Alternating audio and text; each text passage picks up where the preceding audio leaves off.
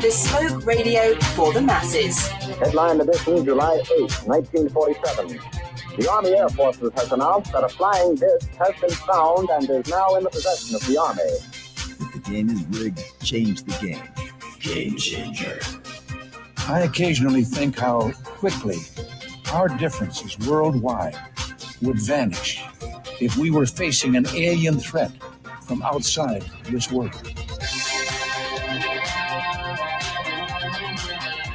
This is Fade to Black with your host, Jimmy Church, on the Game Changer Radio Network. I need your help to get to the year 1985. You're listening to Fade to Black with Jimmy Church on the Game Changer Network.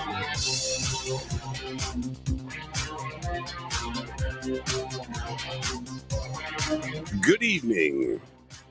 Fade to Black. Bespoke radio for the masses. Yeah, man. How you doing? Today's Wednesday, November 16th, 2022. Tonight, Richard Dolan. Let's do this, man.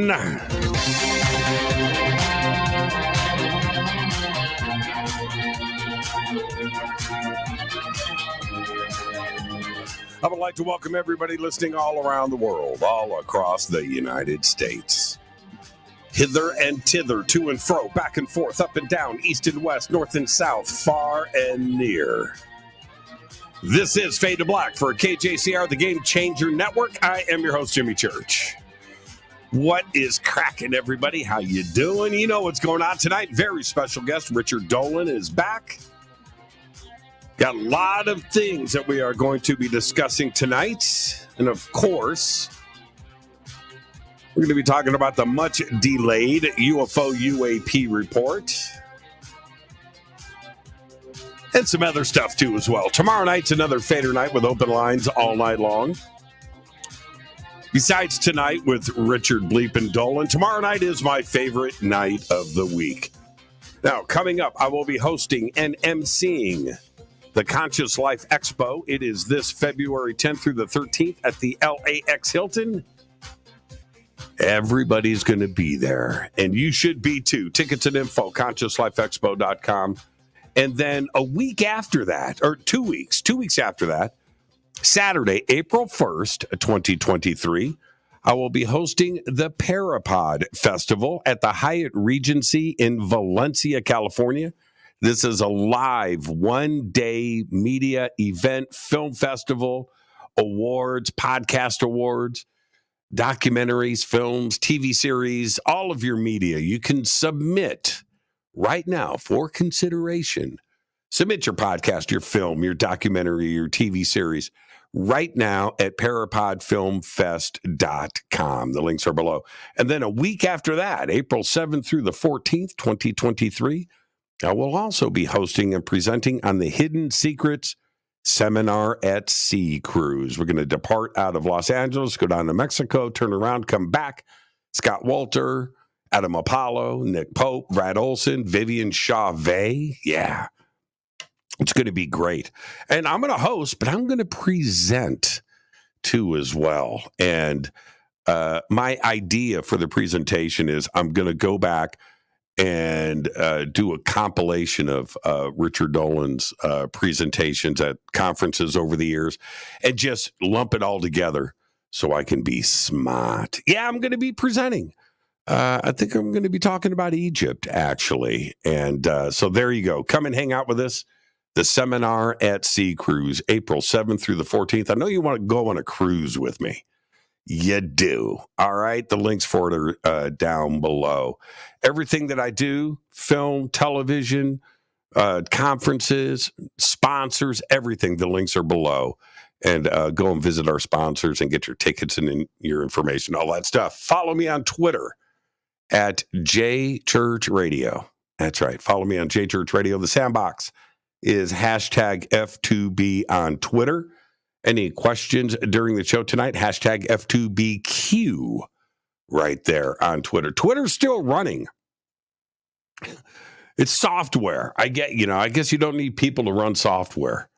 So there you go. Let's get to the breaking news. It finally happened last night at about 1:45 a.m.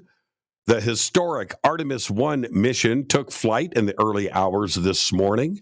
After months of anticipation, the milestone event kicked off a journey that will send an uncrewed spacecraft around the moon, paving the way for NASA to return astronauts to the lunar surface for the first time in over a half a century. The Orion spacecraft's spectacular first views of Earth were shared more than 9 hours into the journey, with the vehicle about 57,000 miles away from our planet on its way to the moon.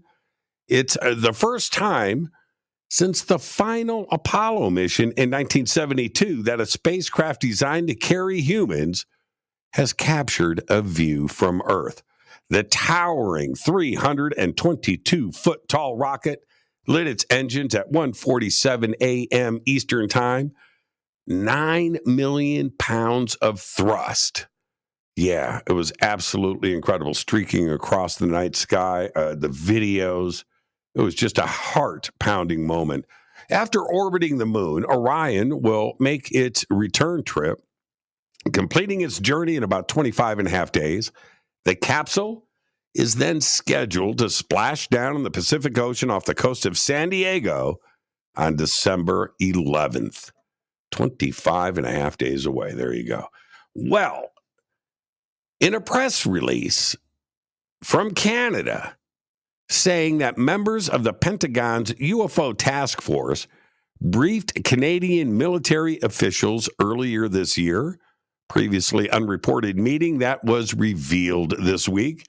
The February 22nd briefing was led by a U.S. Air Force intelligence officer who contributed to a headline-grabbing June 2021 report about recent American military sightings of unidentified aerial phenomena, or UAPs, the term that U.S. authorities use for what are commonly known as UFOs. According to the document released on November 14th, the February briefing was delivered by multiple members of the Pentagon UAP task force and attended by 10 Canadian defense officials, including personnel from the Royal Canadian Air Force and Canadian Forces Intelligence Command, which is responsible for collecting and assessing military intelligence.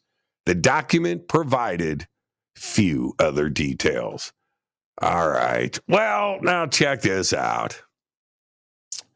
Twitter's new owner is a guy named Elon Musk, has given employees until tomorrow night to commit to, and I'm quoting, extremely hardcore work or leave the company, according to a copy of the late-night internal email sent by the billionaire and obtained by Fade to Black.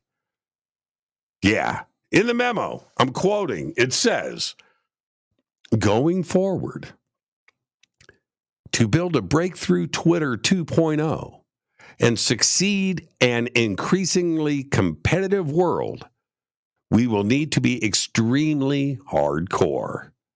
This will mean working long hours at high intensity. Only exceptional performance will constitute a passing grade. End quote.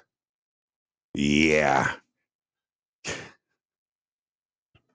Let's get this show cracking on this day. And can you imagine if you got that email from your boss?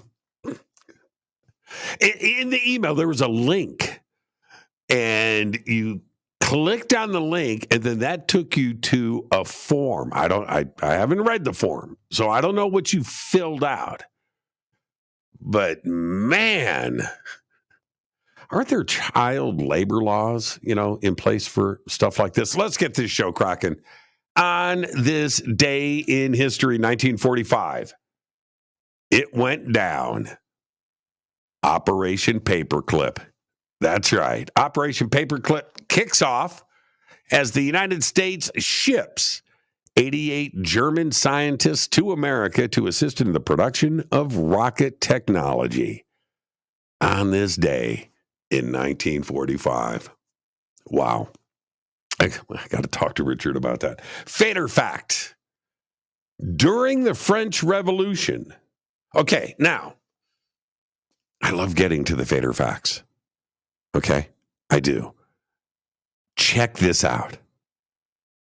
During the French Revolution, France established a state-sponsored atheist religion called the Cult of Reason. And they did it to replace Catholicism. That's right. It only lasted a year and was later banned by Napoleon. The Cult of Reason. And that is your Fader fact. All right. Tonight, we welcome very special guest Richard Dolan is back. We're going to be talking about a lot of things tonight, but of course, we are going to focus on the much-delayed UFO UAP report, what is going on with that. And tomorrow night is another Fader night with open lines all night long. All right. So today, I'm going to hit this River Moon coffee.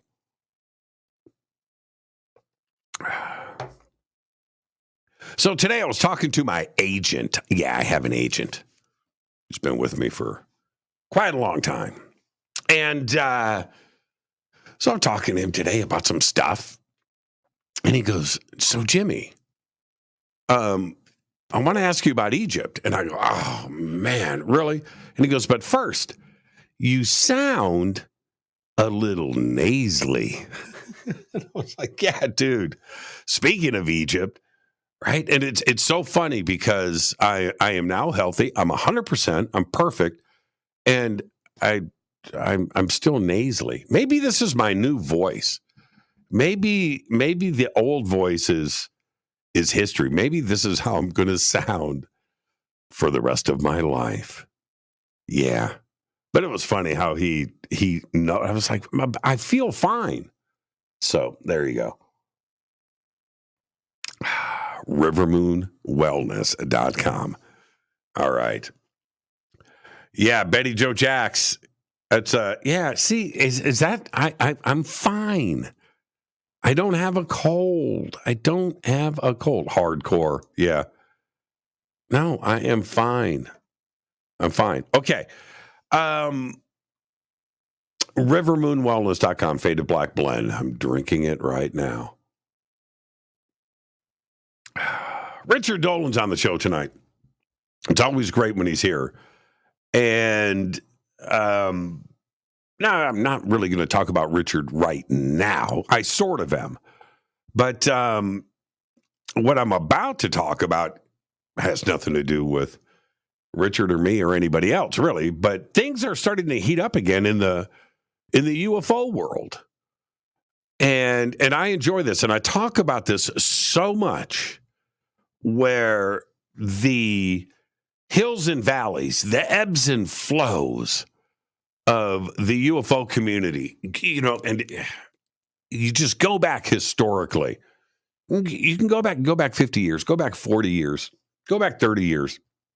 And you can see these, tremendous, woo moments. And then, you get this lull, something else happens. And every time where you just start to get a little bit complacent, I'm like, wow, okay, yeah. But boom, something happens that day, right? And we've got that right now going on.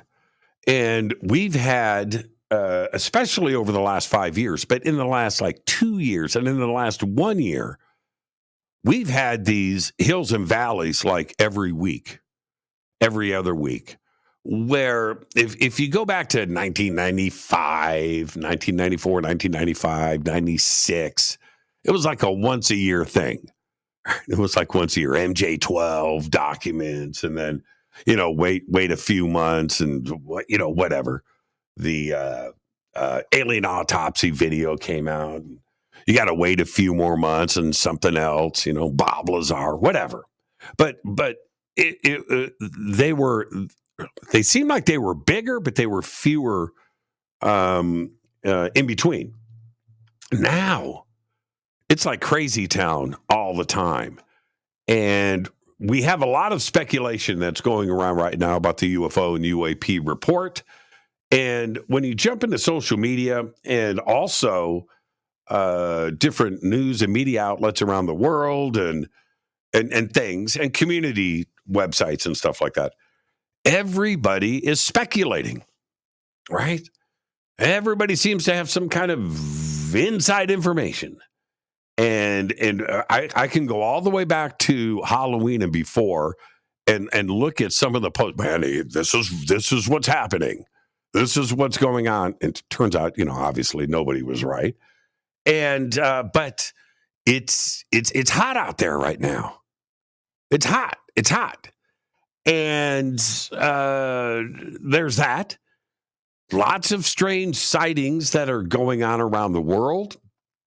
And I posted the video of stuff going on in my backyard that I think I shot it in, I can't remember now, August.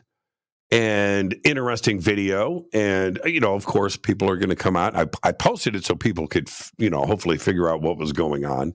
I posted the day, the date, the time, the location, the direction.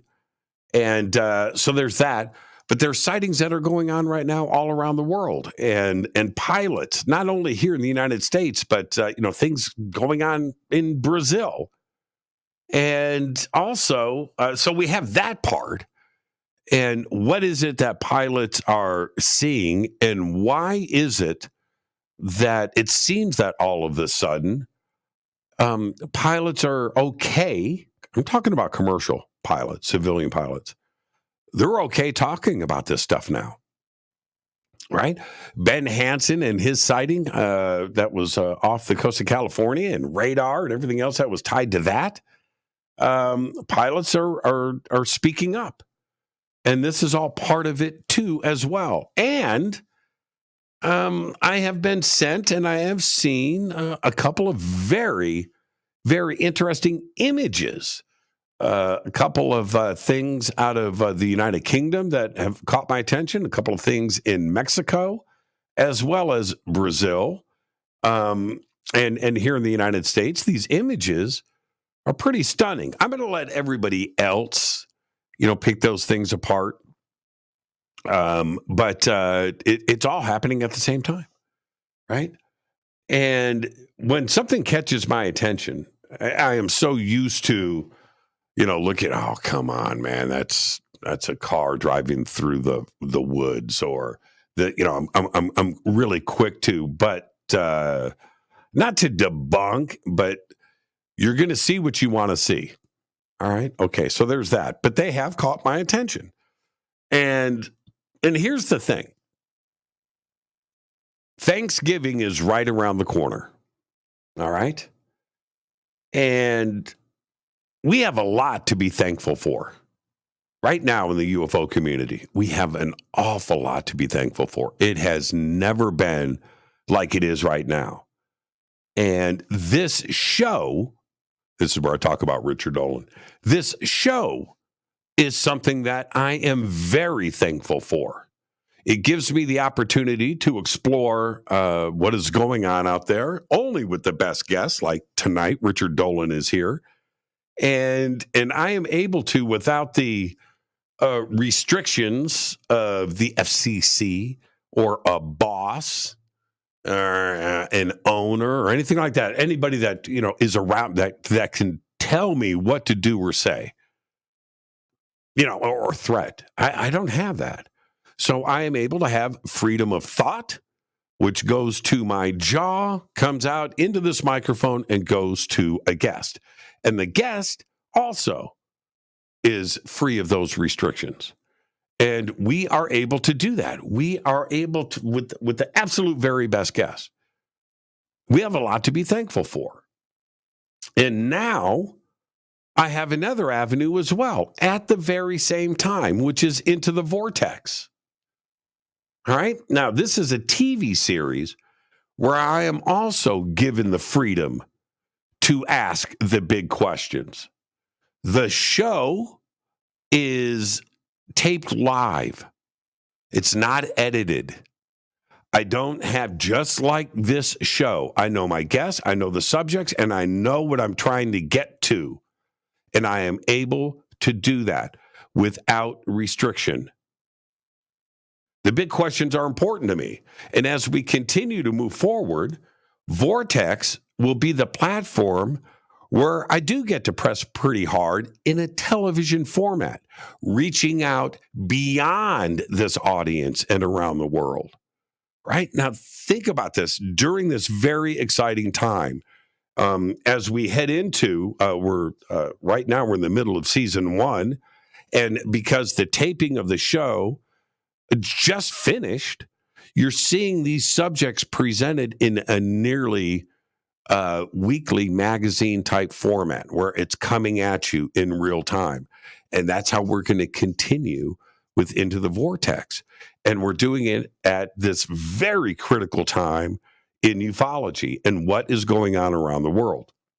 And so tonight with Richard, I have, and I very rarely do this, but I don't have pre-scripted questions. I don't do that.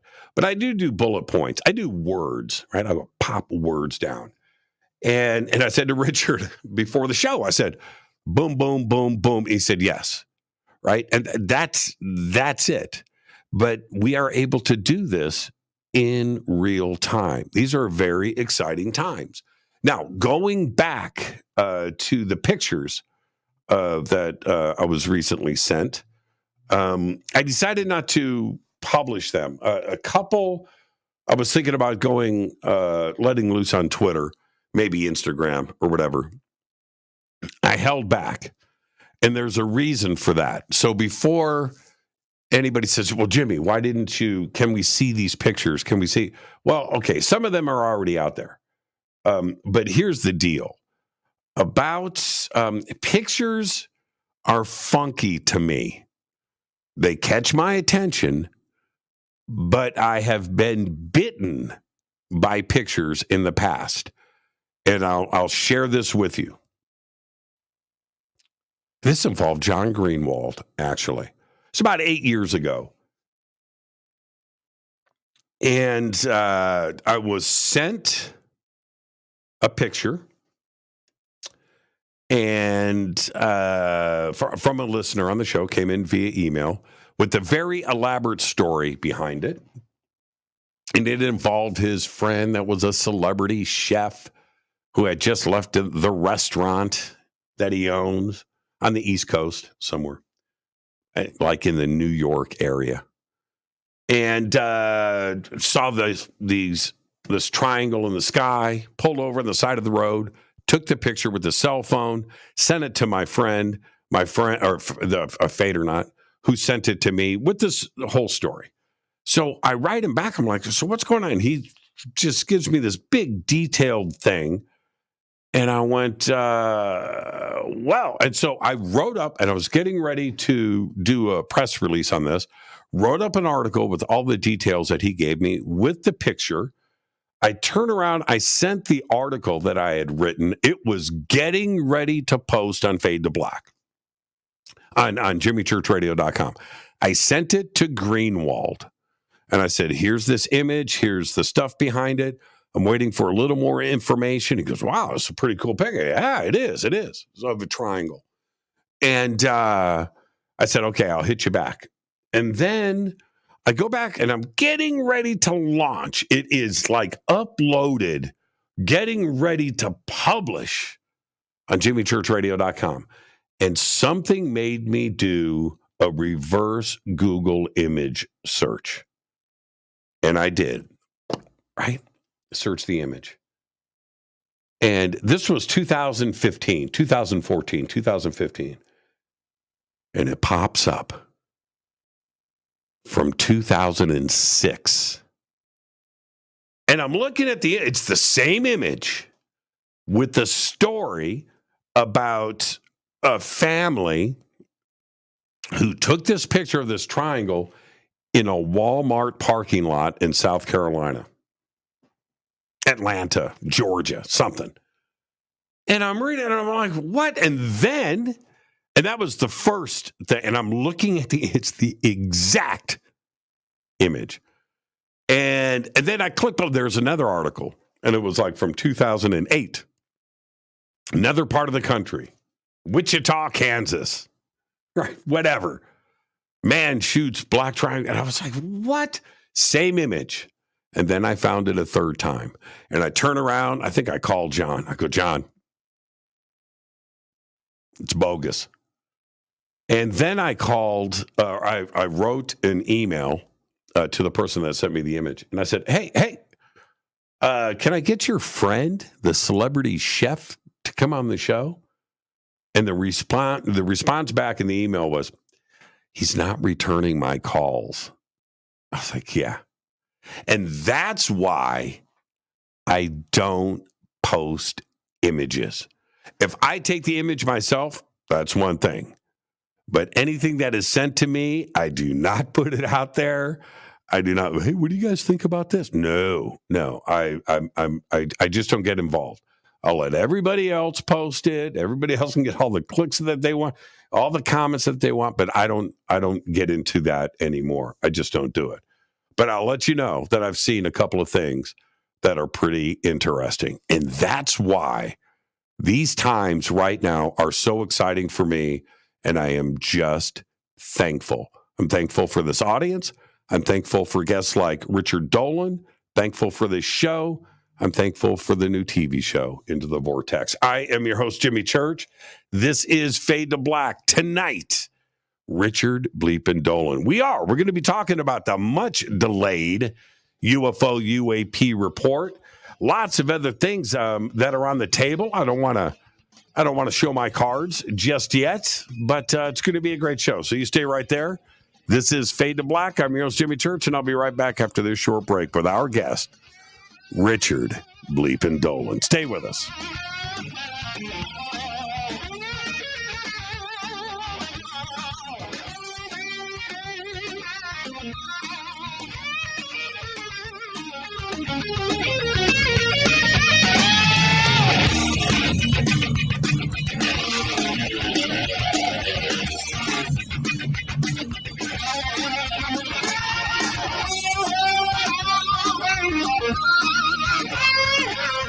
This is Nicole Church, daughter of you-know-who, and you're listening to Fade to Black on JimmyChurchRadio.com and the Game Changer Network. You're listening to Jimmy Church and Fade to Black on the X.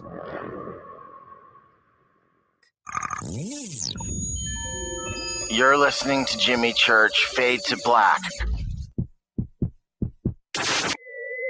Fade to Black will now pause for alien identification. The station that talks the net. When you take the beans from Central America with dashes of Indonesian and African mixed in and then roast it to the dark side of Fade to Black, you create the ultimate brew of fringe. Introducing the Fade to Black blend from River Moon Coffee. Yes, River Moon's darkest customized roast was created for the love of Fade to Black. The alchemy of masterful roasting and smoking the beans is in every sip of this full-bodied, dark Java. I need my coffee dark, deep, with distinct bittersweet chocolate highlights, just like the bunker. Leaning further into the darkness of the roast is Fade to Black blend from River Moon Coffee. Just click on the banner at JimmyChurchRadio.com and use the promo code F2BBLEND for 15% off of your order today. This is the only way forward. This is Fade to Black. Make contact. This is Jimmy Church of Fade to Black, and you can get our podcast for just $2 per month. All you have to do is click on the podcast banner over at JimmyChurchRadio.com. I'll be the host and MC once again this year for the 2023 Conscious Life Expo, February 10th through the 13th at the LAX Hilton in Los Angeles, California. This is a 4-day live event featuring hundreds of speakers, exhibitors, and not-to-miss special events. Check this out. Linda Moulton Howe, Bashar, Deborah King, Daniel Sheehan, George Norrie, David Wolf, Sean Stone, Danny Brinkley, Susan Slaughter, the Leo King, David Palmer, Scott Walter, and another 200 inspirational speakers. Special events include a disclosure lunch with me, Expo's Got Talent, hosted by me, a seance with Susan Slaughter, the George Norrie Forum, and the Leo King is going to DJ at a dance party. Over 200 exhibitors, over 200 speakers. It's the biggest event of the year. Tickets are on sale now at ConsciousLifeExpo.com. For everything you need, info, tickets, schedule, and speakers, please visit ConsciousLifeExpo.com. Go back, Lee Tappy. Do you have an interest in the paranormal? Then you'll love the UnXNetwork.com. The X is your streaming audio and video for everything supernatural, strange, and mysterious, like UFOs, Bigfoot, ghosts, and so much more. From hosts like Jimmy Church, Whitley Strieber, Micah Hanks, and Christina Gomez. Visit the UnXNetwork.com show page for a complete list of all the paranormal programs you'll find on the X. Be sure to follow us on Twitter for updates at KUNXDB. Follow our Facebook group, UnX Network. Find the podcast on Spotify, iHeart, Audible, and Apple Podcast. It's time. It's new. It's the X. 9 out of 10 geneticists agree. Fade to Black is not your father's radio show on the Game Changer Radio Network. Hi, this is Rob Reiner from Anvil, and you're listening to JimmyChurchRadio.com. What's up? I'm Chris. What up? This is Kyle Manson. You're listening to Jimmy Church Radio.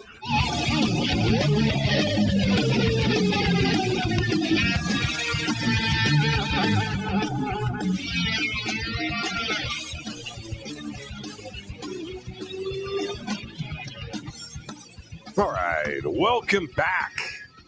Fade to Black, I'm your host, Jimmy Church. Tonight, Richard Dolan is here. We're going to be talking about what is going on. Well, it's just going to be a free-form conversation like Richard and I always do. In that conversation, we may discuss the UFO UAP report that has been delayed for over 2 weeks. Of course, Richard is one of the world's leading researchers and writers on the subject of UFOs. And he still believes that they constitute the greatest mystery of our time. He does his weekly video podcast over on his YouTube channel, Richard Dolan Members, on his website. And there you go. And he's pretty much featured in anything that I do. And most people don't know that. But Richard is the first phone call that I make when I'm in the middle of a project. Richard, how you doing, my man? Hey, Jimmy. Thanks for having me back. I always love coming here. It's always the best. You know what? I kind of do. I got a little Richard Dolan dance that I do during the day when you're coming on the show. You were pumping me up quite a bit in that last segment. I got to say, man. You know, I'm thankful. It's like you got to tone it down about 25% there. Do I sound like a pitch man? I heard my name quite a bit. Am I a hype man? I'm a hype man. Well, you're making me nervous. Yeah. Well, see, in radio we call that. You know, and see, the thing is you've got to do that. The tease, right? You got to tease. Sure. Is Richard coming on? Oh, he said Richard. He said Richard. Okay. All right. Do I get coffee? Is Richard coming on now? So there you go. And, but I'm thankful, man.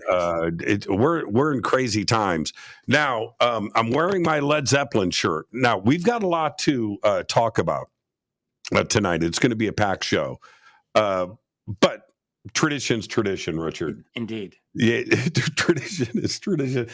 What was the last song you listened to today?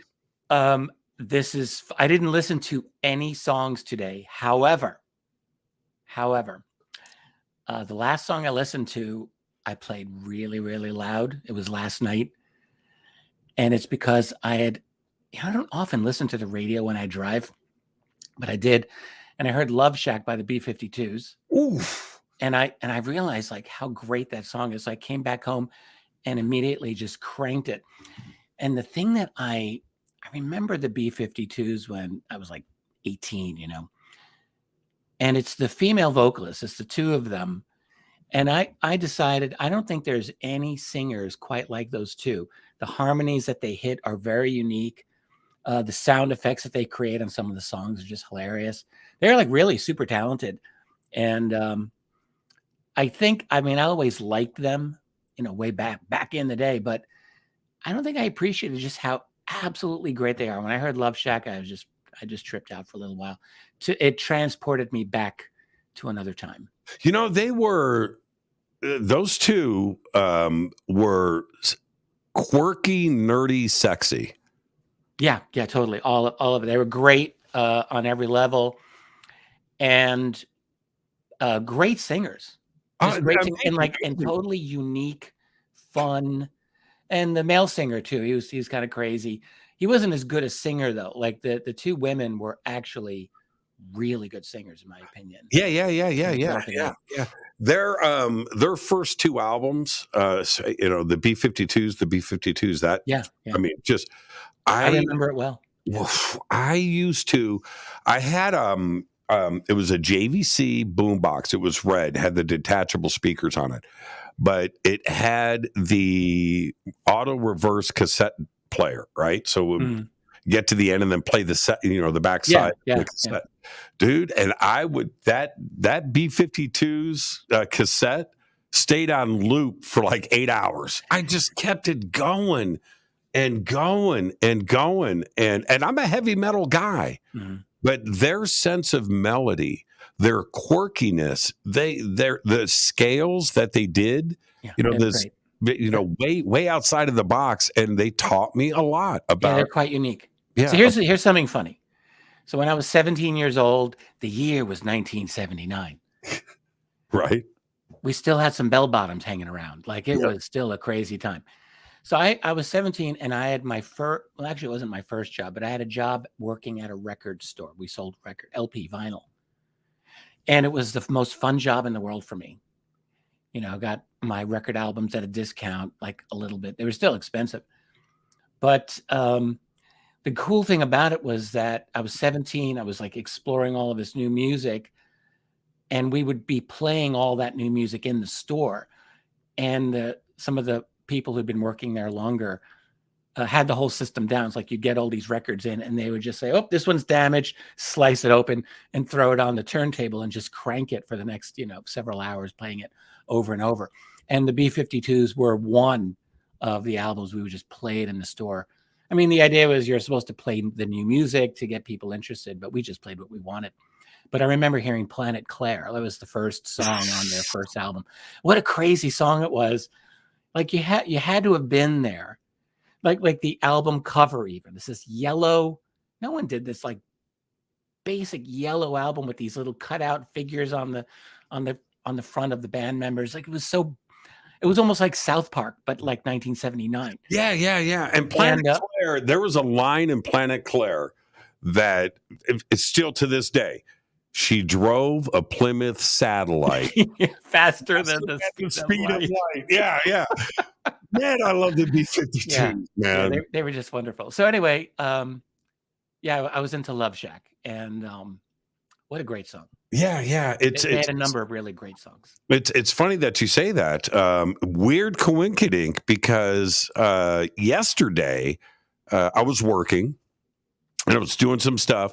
And in the background, I had YouTube running, and it was Rick Beato. He's a guitar dude, right? So, I love him. Yeah, he's great. He's great. I watch his program quite a bit. Yeah, he lived in Rochester for quite a while. Yeah. He's amazing. I'm talking to him now about, you know, coming on to Fade to Black. So anyway, I had him on in the background. And then next up, one of his latest videos was the greatest Van Halen song of all time, right? So, of course, I'm going to watch that. And but then, guess what popped up? What? The B-52s on Saturday Night Live. hooray. Like from 1980, right? Yeah, right. And dude, I think they played Planet Claire. And it Well, was they had weird. that. They had It was Rock it. Lobster back in those days. Another great song. Yeah, B-52s. All right. Yeah, they were fun. So I guess the last thing I listened to was the B-52s as well. It's kind of strange. Oh, yeah. All right. Let's get to work. Yeah, let's get to work. You know, we have to.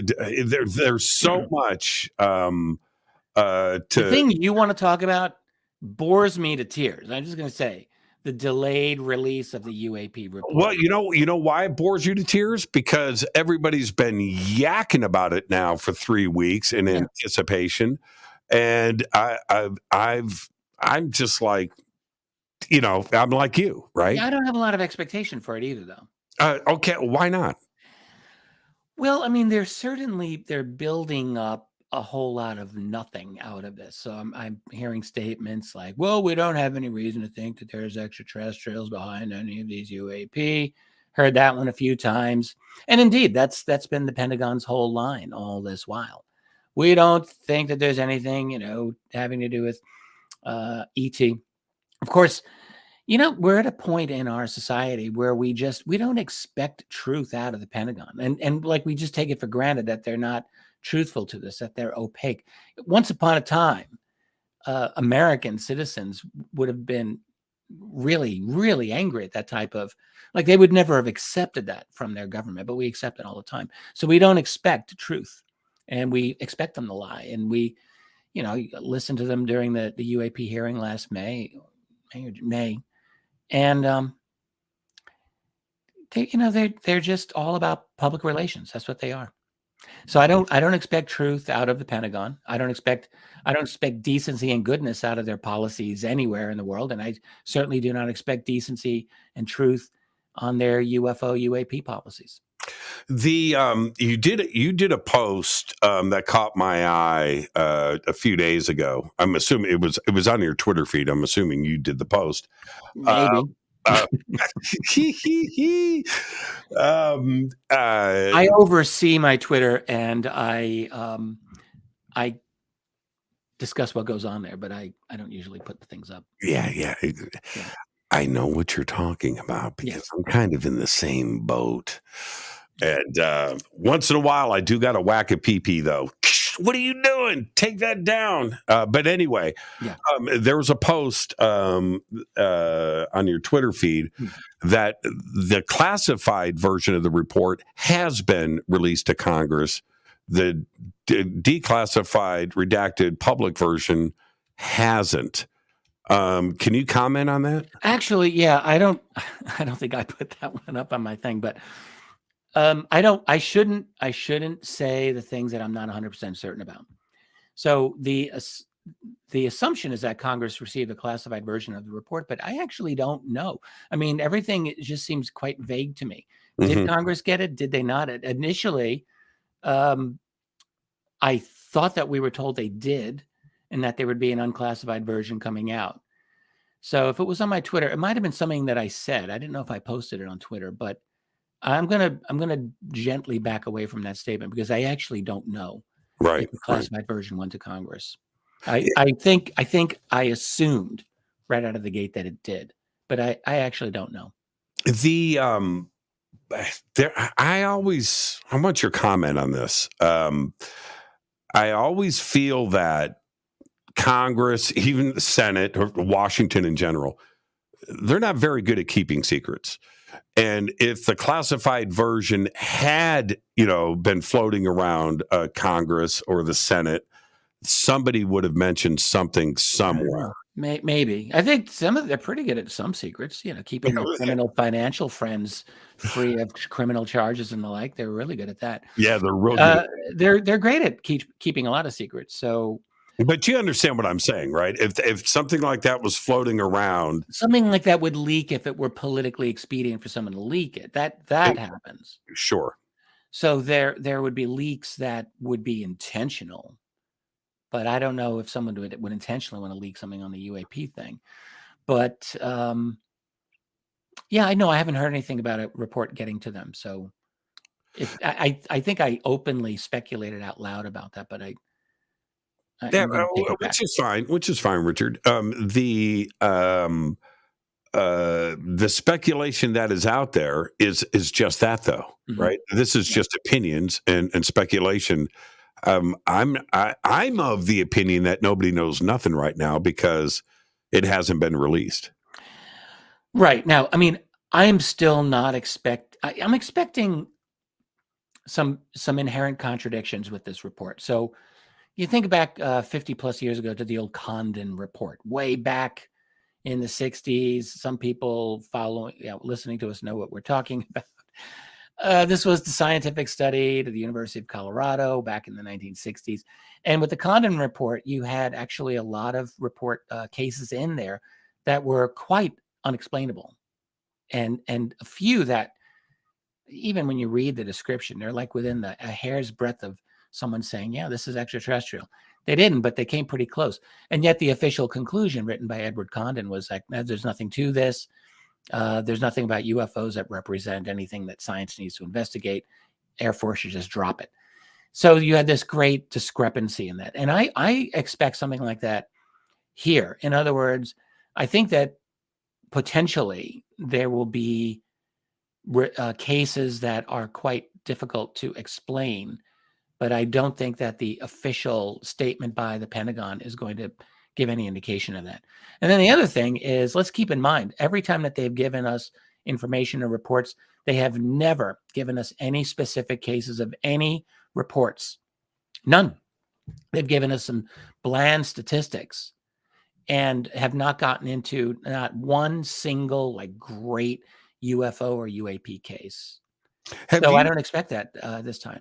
I assume that you've read Hynek's 1977 book, The Report on Project Blue Book, right?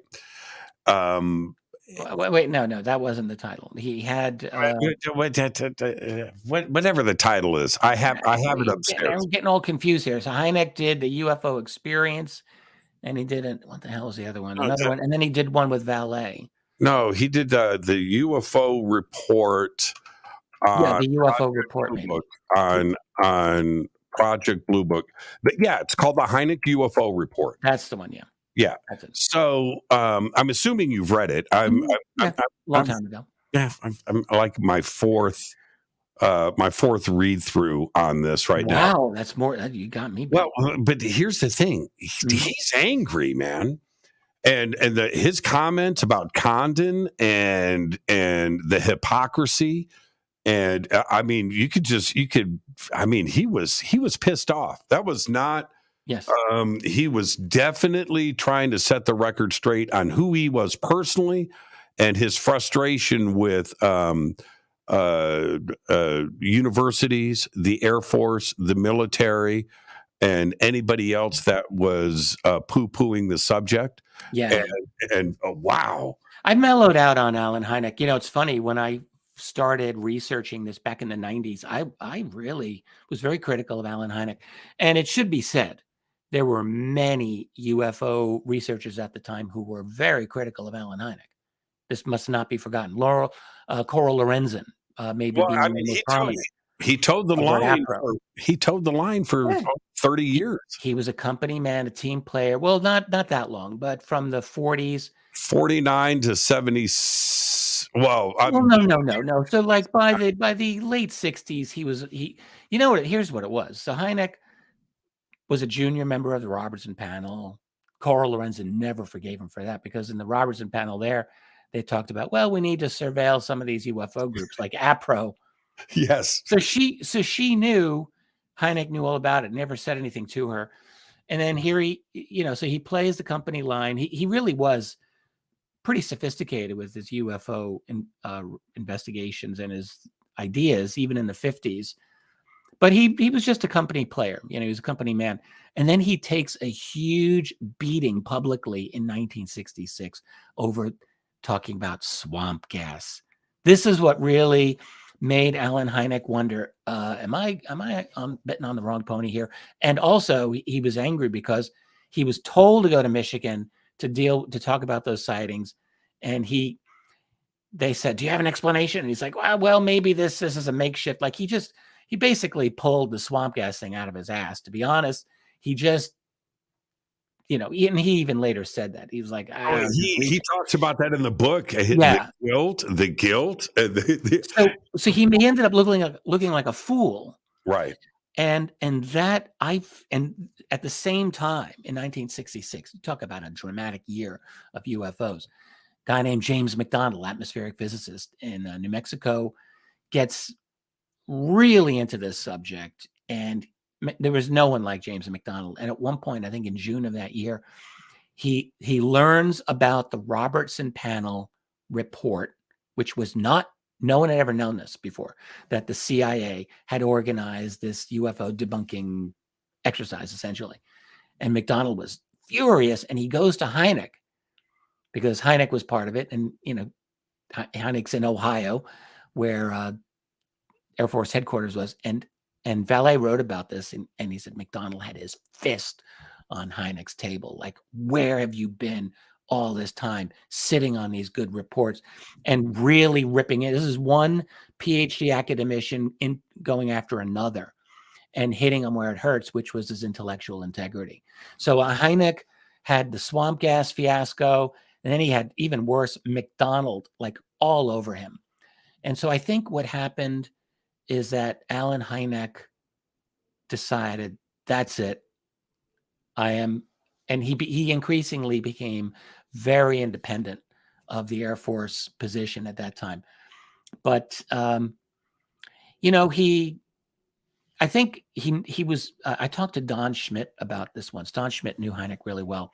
Yes. And Don Schmidt's a really good UFO researcher also. And he said Alan was very, very upset in his last years, very sad and thinking, why wouldn't the Air Force just tell me the truth? Why wouldn't they tell me the truth? I was their consultant. And he was never, he realized he was never read in to anything. So he was it was a sad thing for him at the end of his life, according to what Don said. Yeah, he says in the book, he makes a couple of comments about that. He said that that everybody needs to understand that he was never a part of the club. He wasn't in the Air Force. He was a consultant. So if he was going to the officers club, he was going to the, for lunch at Wright-Patterson, it was as a guest.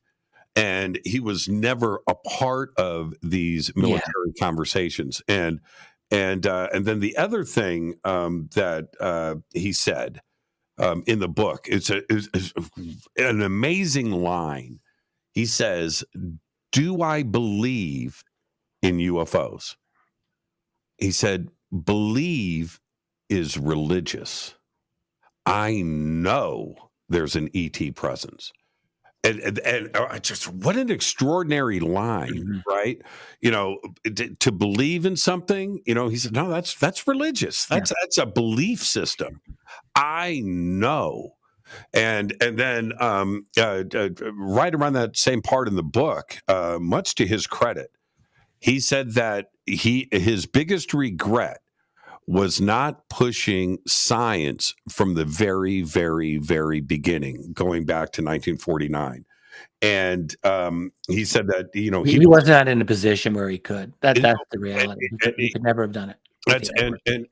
And this is the crazy part. He wrote this in 1977. And everything that seems to be so prevalent, not relevant, prevalent today, like with Avi Loeb, right? We've got the science. We've got to push the science behind this. We've got, the last ODNI report, right? We got to get the science involved. We don't know what's going on. This is what Hynek was writing about in 1977, that we need to apply the science to this. I get a little antsy or a little nervous when I hear people talking about the science, follow the science. There's been a lot of abuse of that phrase over the last several years, for sure. And the thing about science is that it's done by scientists who are human beings. So science is a process, and it's an excellent process. It's a great process, but it's not perfect. And the people applying science are not perfect. And so the problem that we have in our society, and we hear this a lot these last few years, when you have people blathering on about following the science all the time, it's like, you know what? Just back up. No one, not even scientists, agree on things. They have arguments all the time. It is the nature of science to work things out like this and to disagree. It's not like you have this objective answer to a question just because you do the science. It doesn't work like that. It never does. You look at something like, any subject in science that one can think of, there's probably arguments about, or at least a lot of things. So, I mean, I appreciate where Hynek was coming from, and I was saying I used to be really critical of him when I was kind of younger and getting into this field, because I really saw him the way Coral Lorenzen saw him. I saw him as a sellout, to be honest, and I was really tough. And I wrote a couple of kind of harsh statements about Hynek in my first book, which I don't regret it. I mean, but I see it a little differently now, and I think. The fact that he was I wouldn't call him a sycophant, but he was a very subservient team player for a while. But, it was the 1940s and 1950s. I mean, that was the norm. People really did have this almost worshipful attitude about the military. Hey, they'd won the Second World War. Like, there was a lot of things to feel good about with them. And Hynek was willing to go along. And, it was a decent little salary, a nice little extra bonus. His day job was teaching astronomy at Ohio State University. He worked with Donald Menzel for about 5 years at Harvard. Yeah, that's right. They were friends. Speaking of that, I've got 90 seconds before the break. Okay. Menzel, the great skeptic, out of everybody, and it turns out. I mean, I could be completely wrong about this. But then he shows up on like an MJ-12 list. Mm-hmm. Then he shows up with connections directly back to the CIA. NSA, but yeah, exactly. NSA. Mm-hmm. And yet he's, it seemed like at some point he was a believer in UFOs, and he kind of flip-flopped too as well. Did you ever figure him out? Do you have a conclusion on him? My attitude was that Menzel, I don't know to what extent he was ever a believer in UFOs. I'm going to say that's news to me. I mean, Menzel was the debunker, of course. I mean, 100%. He was Philip Klass times 10 because he had this authority. He was a Harvard astronomer. Yes. It would be like if Neil deGrasse Tyson had spent all of his public effort just debunking UFOs. That was Menzel. He was a very high profile guy. And but secretly working with the NSA. Yeah, but my point about him is, how can you be, have a public face of debunking this, and then turn around and be a part of MJ-12? I mean, you can't. That makes perfect sense to me. Does it? Perfect sense. Yeah, absolutely. It was a head scratcher for me. We got a break, but we could talk about that when you come back. Yeah, let's do it. This is Fade to Black. Our guest tonight, the one and only Richard Bleepin' Dolan. We'll be right back after this short break. I'm your host, Jimmy Church. This is Fade to Black. Stay with us.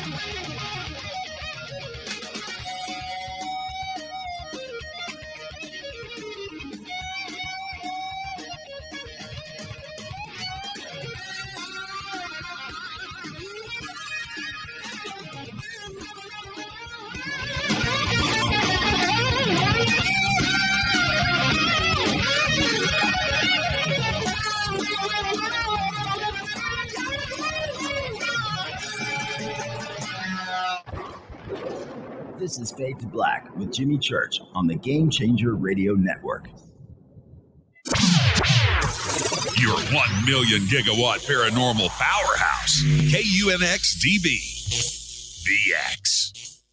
I'll be the host and MC once again this year for the 2023 Conscious Life Expo, February 10th through the 13th at the LAX Hilton in Los Angeles, California. This is a 4-day live event featuring hundreds of speakers, exhibitors, and not-to-miss special events. Check this out. Linda Moulton Howe, Bashar, Deborah King, Daniel Sheehan, George Norrie, David Wolf, Sean Stone, Danny Brinkley, Susan Slaughter, the Leo King, David Palmer, Scott Walter, and another another 200 inspirational speakers. Special events include a disclosure lunch with me, Expo's Got Talent, hosted by me, a seance with Susan Slaughter, the George Norrie Forum, and the Leo King is going to DJ at a dance party. Over 200 exhibitors, over 200 speakers. It's the biggest event of the year. Tickets are on sale now at ConsciousLifeExpo.com. For everything you need, info, tickets, schedule, and speakers, please visit ConsciousLifeExpo.com. Go back, Lee Tappy.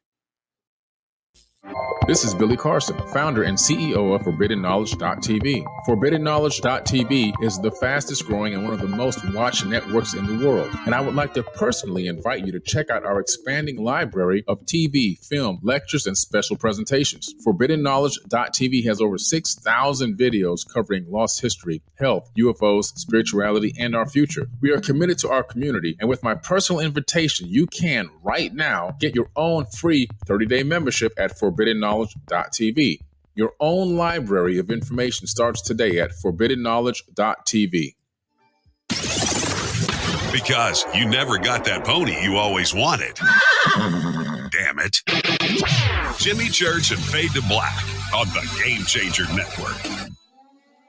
Listen, I know, and you know, that you've always wanted your first crystal skull. Or maybe you're a collector just like me, but you just don't know where to go to find the real thing. Then I met Carolyn Ford over at EinsteinTheCrystalSkull.com. Carolyn is the guardian of Einstein, one of the most respected ancient crystal skulls in the world. All of her unique skulls have been imprinted sitting with Einstein in his sacred lodge and are carved from the finest gemstone and materials. Imprinting is the process of receiving the ancient wisdom from the master skull or master computer, Einstein, the ancient crystal skull. To see Carolyn's current collection of crystal skulls, just visit her store at EinsteinTheCrystalSkull.com or click on the banner over on our site. Don't forget to use the promo code Jimmy at checkout to receive 10% off of your order today. That's promo code Jimmy. Finding your first or next crystal skull is easy. Just visit EinsteinTheCrystalSkull.com. Hello, I'm Katie, and you're listening to my main man, Jimmy Church, on JimmyChurchRadio.com. Ray Hobbs here, repping the X, and you're locked on to Fade to Black with my homie Jimmy Church. Powered by the Fader Dots and the UnXNetwork.com. This is Toby Kebbell. You're listening to JimmyChurchRadio.com. Don't hurt me, Jimmy. I'm only little. Hey, I'm Adrian Grenier. And this is Ari Gold. We're the Honey Brothers. We're of the Honey Brothers. Hey, I'm Adrian Grenier. And I'm Ari Gold. We're the Honey Brothers. And you're listening to Jimmy Church. The Revolution. This is Jimmy Church of Fade to Black, and you can become an official Fadernaut by just going to our membership section at JimmyChurchRadio.com. Hello, this is Serena Wright Taylor from Conscious Life Expo, and you're listening to Fade to Black with Jimmy Church, who holds the Lucky Pony record for the best astrological chart since 1963. True story. This is Micah Hanks of the Gralien Report, and you're listening to Jimmy Church on Fade to Black.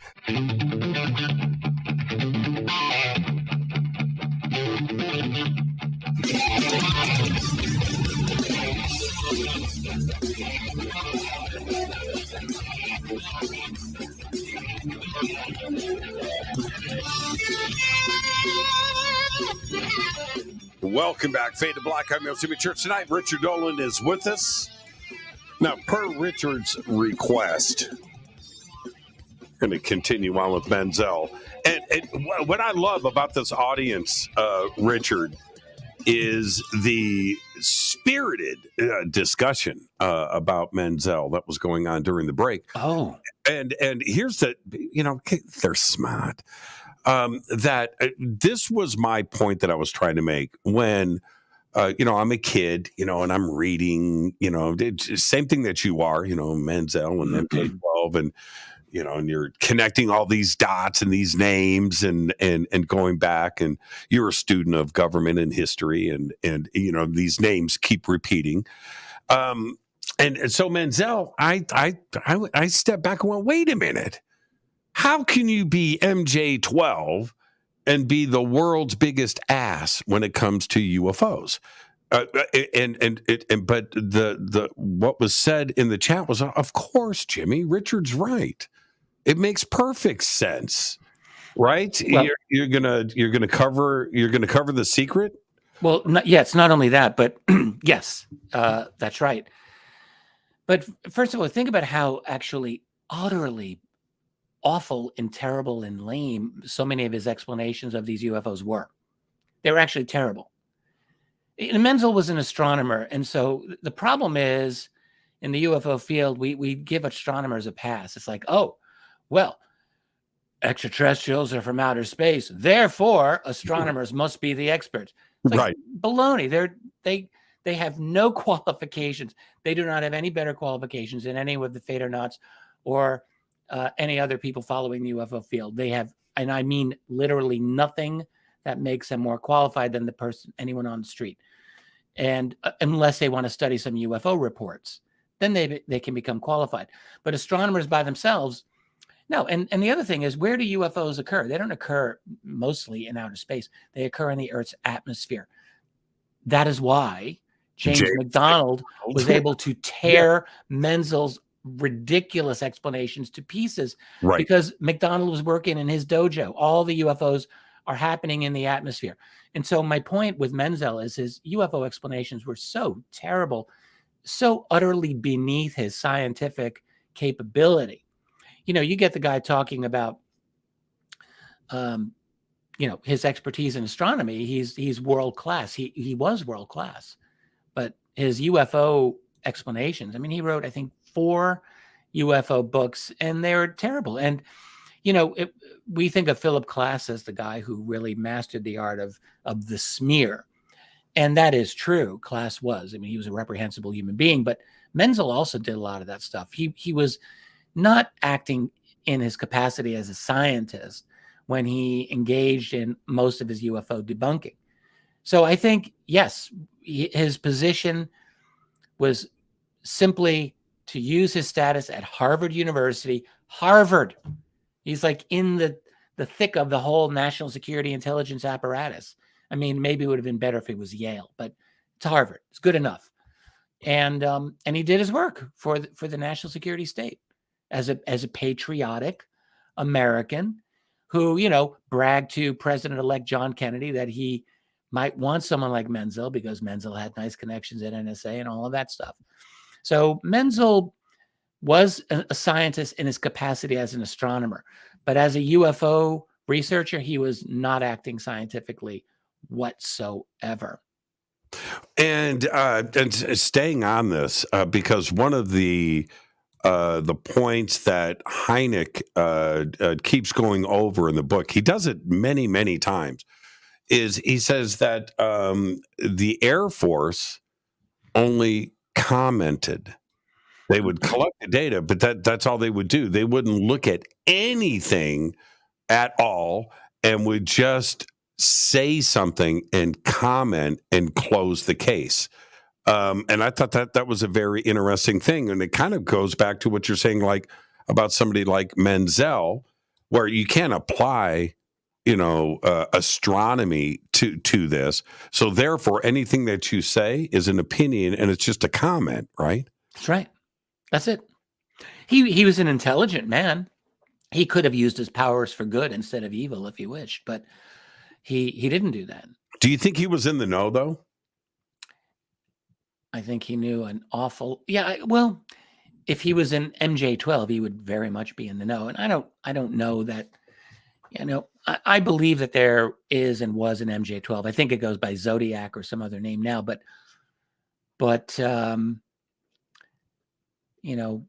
Menzel's inclusion on that list is kind of interesting. And I still don't know what I think. I know there's people with very strong opinions on those documents. And I'm supposed to say, oh, yeah, they're all a hoax. I know I'm supposed to say that. I can't. I've never been able to bring myself to it. So I've caught so much hell from some researchers out there. Including me. I remember you and I was driving in my car, like in the desert, and you and I talked for like an hour, maybe longer, on MJ-12. And you asked me what I thought about the documents, and we got pretty spirited, my friend. We got pretty spirited. I still, when I look back, Richard, this is my take, and I know I said this to you before. When they were first released, I looked at them not from, I'm repeating myself to you, but the audience probably hasn't heard this. I looked at it as a graphic designer, what it would take to recreate those documents. That is we're talking about that time period. There was no word, there were no computer programs. No, this was 1987 when they made the public. They reached a typewriter. Somebody had to get a period typewriter, and know formatting of documents correctly from the 40s and 50s and 60s, which changed, from decade to, and not everything was the same, and how you signed and where the date was and so forth. You would have to have an extreme amount of knowledge to create. It was a stack of documents that was this thick. It wasn't 2 pages, right? It was just hundreds. Well, no, there's the MJ-12 documents, which came out in the 80s, which were just 7 pages. Yeah, there are 2 sets of documents. But then you have the Majestic documents over on the website of Ryan and Bob Wood. This is the conversation exactly word for word that Richard and I had on the phone. Yes, Richard. Yes, there were 2. But the point being that I had, when I looked at them differently, and then I got into the content, right? And that was another. But who and how were those documents created if they were hoaxed? I don't know. I've gotten into this as well. I talked with a couple of folks, and I remember. So the Majestic documents, the big fat collection of documents, it's 1.5 inches if you stack them all together. It's a lot of documents there, and moreover, they don't exist in the form of negatives. They're actual paper that can be tested and dated and looked at, and which the Woods have done a lot of this work, and they've done a lot of forensic analysis. People don't always realize this. So when you look at the sum total of it, I remembered reading them. It was after I wrote my first book that I finally got to them. I think it was in 01 or 02. And I just said, all right, I've got to read these. And I dreaded it. I was afraid. Like I always have this fear of diving into these controversial subjects, and then I'll just do it. So I read the Majestic documents, and I remembered I printed them all off and I bound them. I still have them that way. And I read them just 1 page at a time chronologically. And it blew my mind. That's the truth. And I remembered writing to, can I mention his name? Whatever. I wrote to one person. I said, so here's my thing. If these are disinformation, there is no way in hell one person did this. This is not some guy working out of his basement. This would be someone with beyond genius level IQ. In my opinion, one person doing that, not a chance. Not a chance. It had to be a team. It would have to be a team of high-level researcher, PhD types who were expert in a whole array of historical subjects. This is the thing, and as well as document creation and also bureaucratic jargon, chain of command, and then a total array of scientific and historical, and one other and not to make mistakes. And one other important point, one that I've made to you, and I'm going to say this again, they had to have accurate calendars where people were on specific days around the world. That's right. There couldn't be any mistakes there. This is why I don't think it's a hoax. But if it was a hoax, then the question is, this is what I remembered mentioning with this one gentleman. I said, if this is a hoax, who is this directed toward? If this is disinfo, not me, not me, like UFO researcher. Who the hell cares? I mean, honestly, no one was paying attention to UFO researchers when the majestic documents were coming. No one pays attention now either, but certainly not then. Right. So I thought maybe would it have been directed against the Russians or the Soviets back in olden times? But if that were the case, that would still be a very strong endorsement of the reality of UFOs and ETs, I thought, because the Soviets were not stupid. So you're not going to fool them if they knew that there were no such things as UFOs and aliens. The only way it would work as disinfo is if you're trying to feed them some kind of fake information by packaging it within something that they're going to be believing. And so no matter how I looked at the majestic documents, I came away thinking this is a confirmation of the UFO reality. But I also think that those documents are legit. I do. I think that they're real. That includes the Byrne memo, the Angleton one, when they talk about killing Kennedy. I think they are probably true. It's tough, man. It's too good to be true, And so it's also almost too good to hoax. Yeah, I know. Right. That's right. The thing. It's just on one side, like I said, to recreate that from a graphic design standpoint. You're not on a computer. You're not correcting stuff. You are typing this out. And if you make a mistake, you don't have whiteout. You are taking the page out of the typewriter and retyping it perfectly. Right. And to do that with the stack of documents, it's a great. Now, if you have professional secretary pool typist in the typing pool at the Pentagon in 1948 that could type 200 words per minute and not make a mistake, that's different. But you don't have that in 1989, to recreate these things. So I don't know, man. Yeah. Now, in fairness, I think that Tim Cooper, who was he housed most of those majestic documents until the Woods bought them from him. If I'm not mistaken, I think he does not credit those documents any longer. I think he did. I think if I am not mistaken, I think some researcher put him on the record and got a statement out of him. So, but I look at the forensic work done by Ryan and Dr. Bob Wood on this, and I'm very impressed, I have to say. So let's change gears just a little bit. Okay, so last thing on this. Last thing. I have another last thing too. Okay, whatever I think about the majestic documents or the MJ-12 for that matter, I may have an opinion on their veracity, but because they are so disputed, I have never and really don't foresee ever using them as historical data. Now, I might look at them for ideas. I might look at them and think this could be true. But for me, it's always a matter of they're not a slam dunk, obviously. And so I've never been comfortable using them. There are researchers out there who kind of do that. They'll use the documents as factual. And I understand it. Like, you make a decision at some point. You're like, okay, I believe these are real. But for me, I haven't gotten to that point. I believe that they are real, but I still hold back. And my closing thing on this is the UFO community today, the newcomers to the community, and we welcome all of you that are interested in the subject. They think that these are amazing times.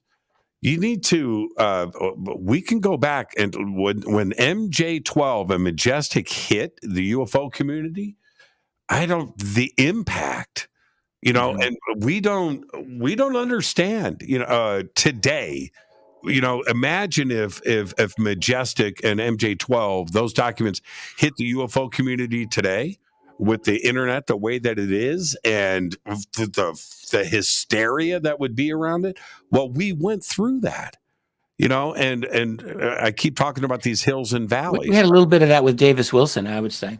100%. 100%. Yeah, and we saw like some people basically, can we use bad language on this show? Not really. You got to be careful. Well, you're Richard. No, never mind. Anyway, people really lost it. They just lost it. And I think we've gotten past that now, fortunately. But yeah, and we were not around. I don't think you were. I definitely was not in the UFO field in the 1980s when the MJ-12 documents first hit. But I tried covering a lot of these dramas in my second volume of UFOs in the National Security State. A lot of that book was, I covered a lot of UFO sightings and the politics and the cover-up, but I definitely covered the UFO community. To me, that was a very, very important part of the story. The development of conferences. I wrote about that, the impact of the early internet on UFO research and all of the controversies, and there were so many. The 1980s had a lot of controversies. Abductions was a controversy. Big fights going on between people like David Jacobs way back then, and other researchers who were prominent at the time thought he was full of it. And, it just never stopped. And so you go all through the 80s and you had the MJ-12 coming out. You had Gulf Breeze and the whole Ed Walters thing. That was a huge controversy. And Area 51. And by the end of the 80s, by 1989, 1990, I was fascinated in researching this for that book. The UFO community a lot of that community was convinced that there was going to be some kind of disclosure. They weren't using that phrase, but they were convinced that there was going to be a leak out of the George Bush Sr. White House. And indeed, it looks like there were conversations at high levels in that White House, but they didn't end up going anywhere. The UFO field had people like Bill Cooper in there, John Lear, who we recently lost. Paranet was a new thing. It was a crazy... there were some people that names I've forgotten. A guy named William English, Bill English. There were some very controversial folks that were in there that were getting inside information, for the first time, because we had this new thing called the internet. It was becoming impossible to censor things. It was, it was a very dynamic and dramatic period of UFO. Every bit as dramatic as anything that we've gotten today. Yeah, the Gulf Breeze, its significance, we need to kind of go back and visit that in the community today, because I remember I remember the color pictures on the front page of the LA Times, right?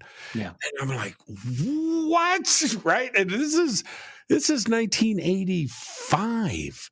Around then, I think late 80. Yeah, well, I know 87. 80s. I know where I lived when I had the paper in my hand. It was in Pasadena. Mm-hmm. Anyway, Gulf Breeze. This was national media heavy coverage. That was a really, really, really big deal. And it's funny. I wasn't following any of that at the time. You don't remember the color pictures? Totally oblivious. In the late 80s, I was in a different world. The B-52s. See, that's the problem. I was trying to be I was thinking I was going to be a professor somewhere. Now, okay. So I was not doing UFOs. Can we talk about Wilson Davis? Yes, by all means. Let's. It's actually a good segue. I like the way you naturally threw me the softball there. That was really well done, host to host. But you're right, though.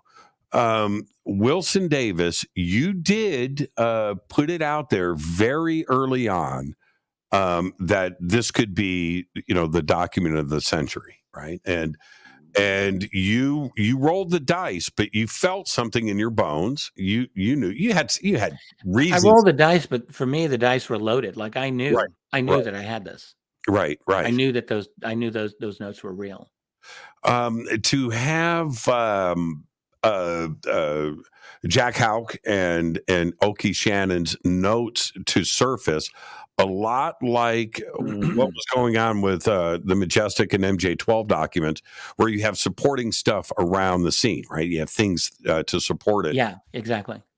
Here, Wilson Davis, the document was there, and we were looking, but to have Oak Shannon surface, let alone his notes, but the person himself to surface, and then Jack Houck's notes, from everything that they have said have corroborated key arcane little details in Davis's notes. In fact, I think you called me when the Oak Shannon notes came out, and the reference to AP10, which was in his notes. I think he had APT10, that's Advanced Theoretical Physics, or ATP10, I guess. And then in Davis's notes, I think it's AP10, but it's obviously the same thing. Talking about the meetings there. So that was a nice little connection. And I'm not sure if Hauk has direct connections to the document, to Davis's notes, but what I was going to say, am I jumping ahead here? I did my own interview with someone yesterday on my channel, a young man, not that young, he's in his 30s, but he's anonymous still. So he's got a pseudonym, Omega Point, and his co-author is the Hermetic Penetrator. Nice. I mean, hey, why not have some fun, right? Yeah. But what they did is, in my opinion, an outstanding bit of research here. Someone on my website actually complained to me about the fact that this man is anonymous. He said, well, I don't know if I can believe someone who's anonymous. And I said, look, his identity is irrelevant. It's all about the work, the research that went into this paper. That is all that matters here. And who can blame someone for not wanting their name to come out in the UFO community? There can be some vicious, nasty people, especially on Twitter, where these guys hang out. I wouldn't want my name out there. I tell you right now. Right. But anyway, so the work that they did, they did a deep study of the Davis Wilson notes. They did a deep study of the Oak Shannon notes, of the Jack Hauk notes, of a couple of FOIA documents. One particular one that they got off the Black Vault from 1984, and a bunch of books and interviews that they just picked through. Statements by Valet and by Eric Davis and by Putoff and John Alexander, and what they did is they you could say they painted a picture, a really detailed picture, showing that they had a lot to say about. I'm not as good at explaining this whole thing, but how everything really transformed in the year 1985, actually. Mm-hmm. So that was the year that the remote viewing program ended at Stanford Research Institute. At the instigation, or at least with the foreknowledge of Kit Green. I didn't know this in advance. They figured all this stuff out. And that's when Hal Putoff left that to start the Institute for Advanced Study at Austin. It's the year that John Alexander organized the Advanced Theoretical Physics Working Group at the BDM building in McLean, Virginia. And with all of his, what they basically argued is that group that Alexander started, in a sense, was kind of the germ of so much that's followed since, including NIDS, Bigelow's National Institute for Discovery Science, including even ATIP and OSAP. I think that some of what they say is a bit speculative, but I think it's very well done.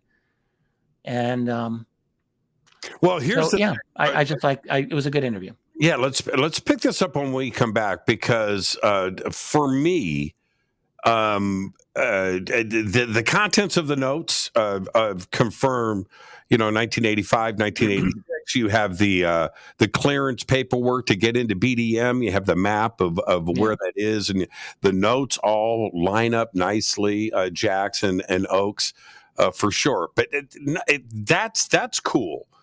What they said about remote viewing was actually mind-blowing. We got to talk about that. For me, it was the way Oak said, well, I'm talking to Eric Davis, and I'm talking to Wilson, and I'm saying, hey, this guy, yeah, well, you need to talk. Yeah, okay, well, let's go. It's like verbatim what was in the Wilson Davis document. Yes. And I think that is critical here. Let's take our break. This is Fade to Black. Our guest, the one and only Richard. I said it. I dropped an F-bomb earlier. Everybody's all excited. You did? Yeah. Good for you. Jimmy's got a It's a great word. We'll be right back after this short break. Stay with us.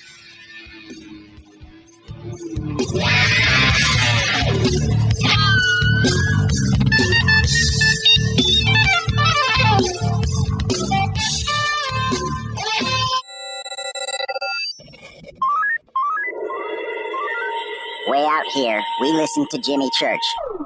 You're listening to Fade to Black. You're listening to Jimmy Church and Fade to Black on the X. ¿Qué tal, mis amigos? Yo soy Mario Carson, el tiburón, y los invito para que escuchen a mi buen amigo Jimmy Church Radio. ¡Claro que sí!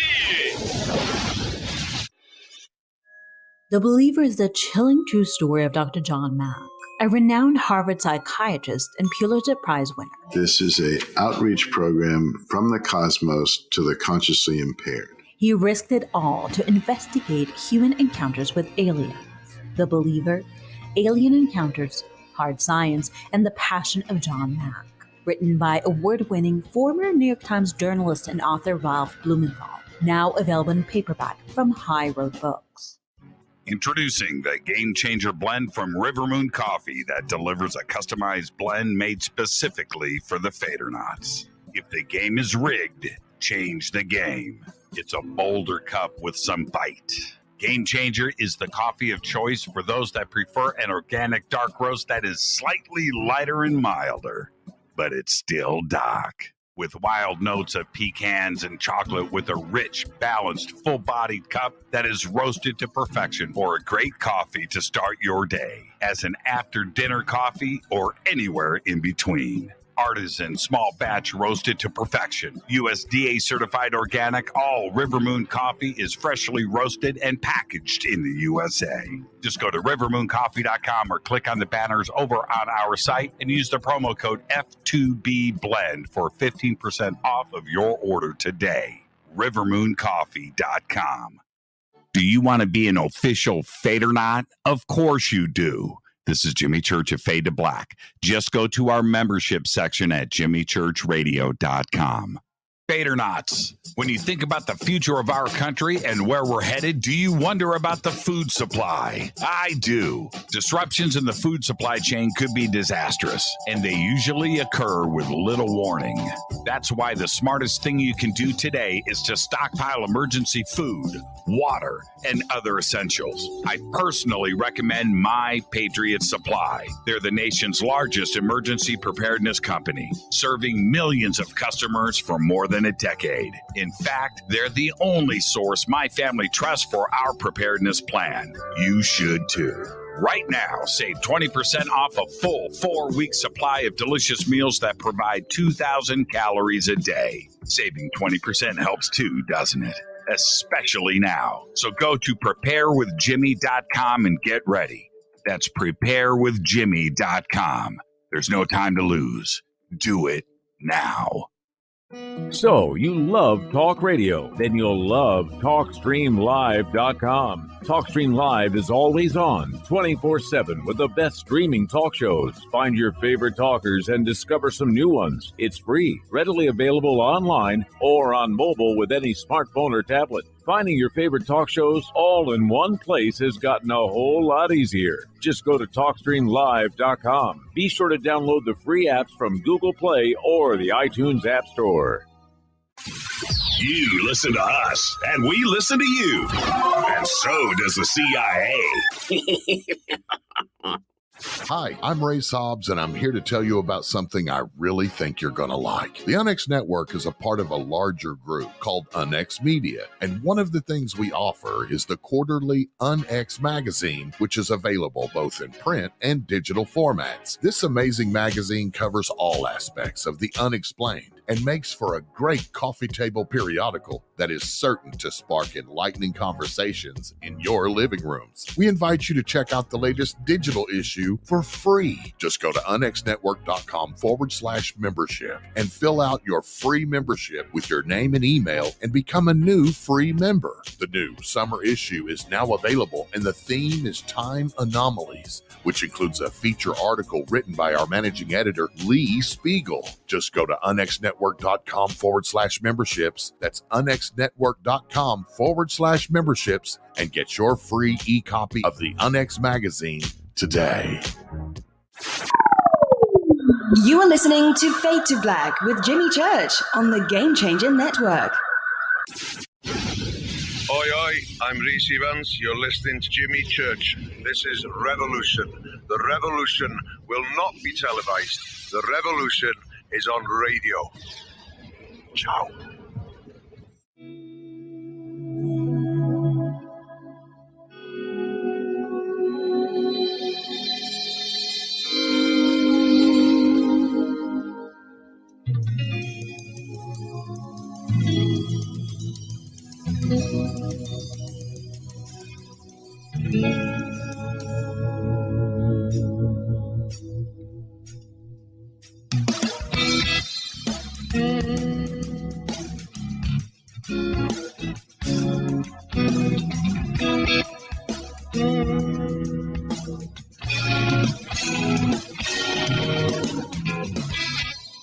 Welcome back. Fade to Black. I am your host, Jimmy Church. There he is, the one and only.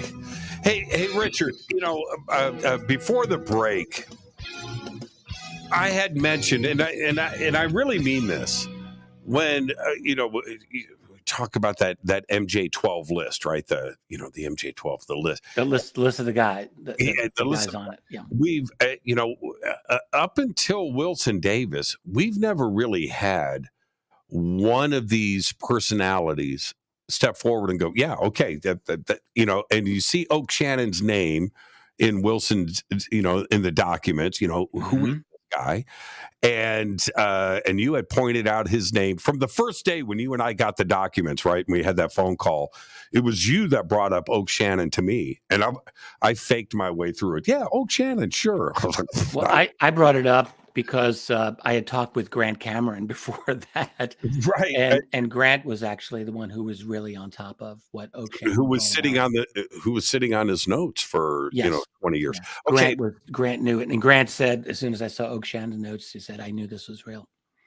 And my point is, finally, right? We actually have Eric Davis hasn't stepped up and talked about this yet. A little bit on that interview from the basement office that was taken off the internet.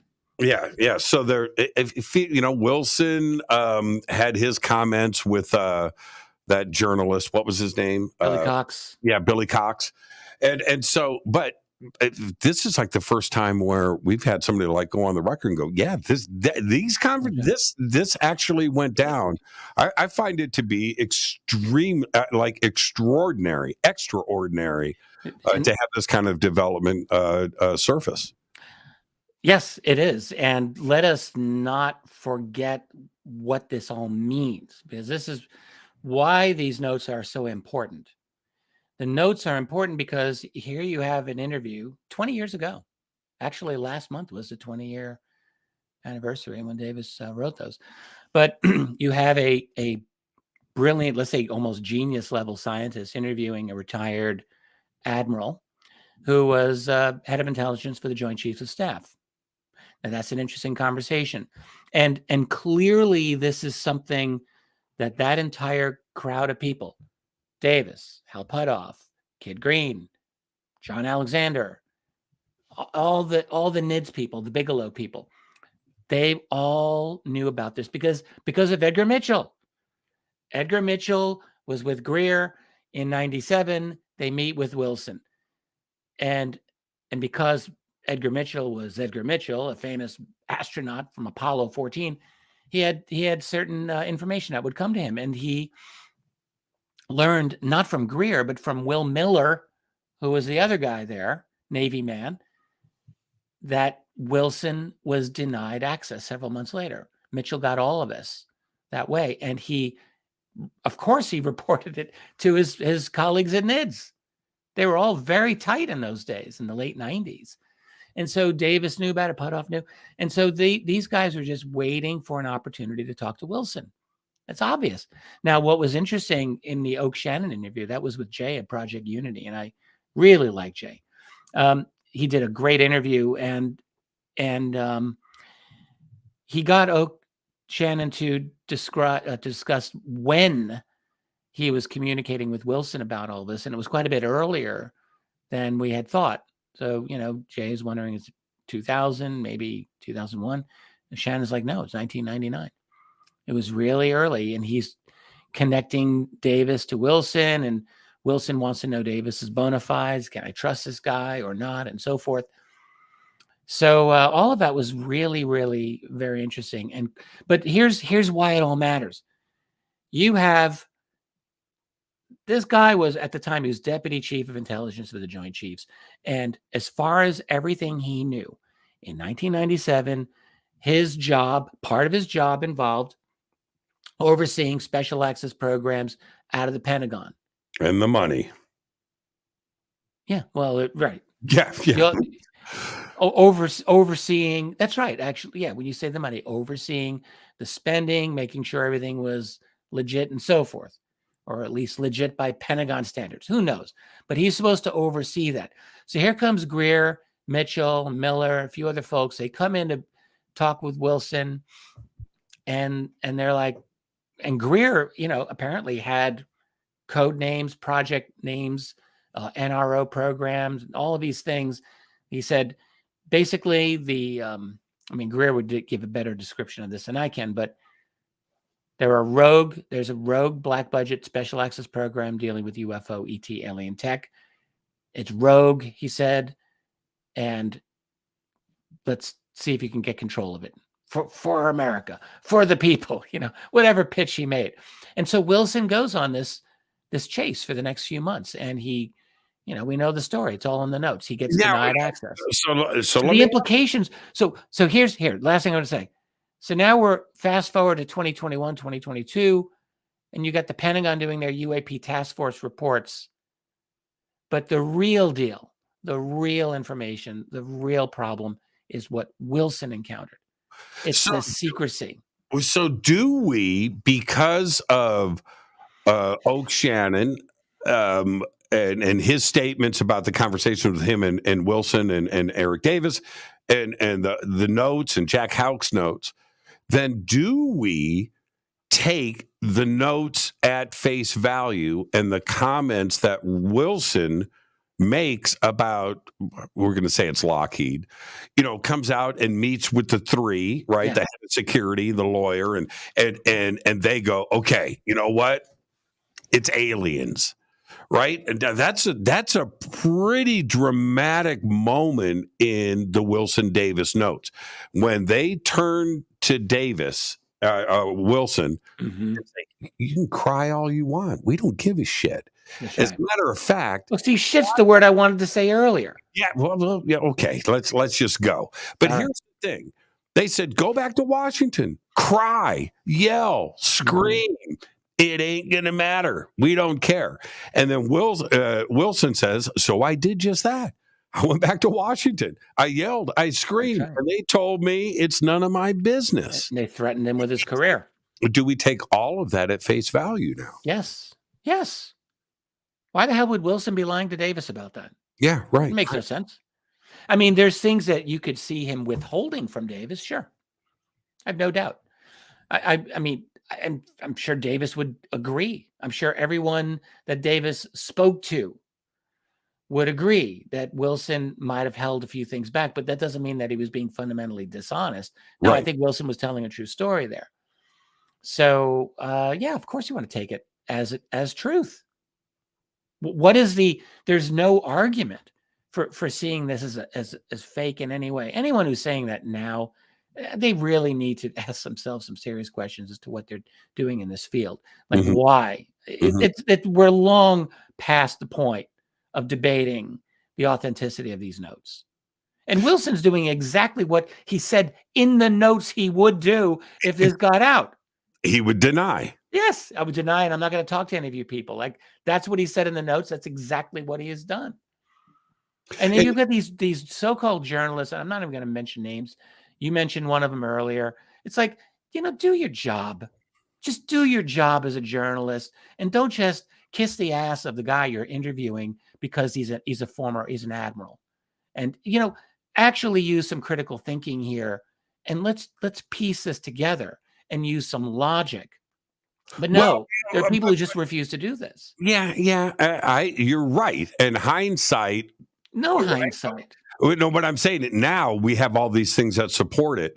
But I think that, including myself, I try to not dip my toe too far into the water. I don't want to go there. And the Wilson Davis documents, even from the beginning, I remember when you and I were reading that first night on the phone, right? And we were going through page for page. It was too good. I mean, it was just like, well, I had an advantage over you, which is that I was shown several pages of those documents by someone you talked about on this show, and I did several months before. Yeah, before they came. Yeah, that was amazing.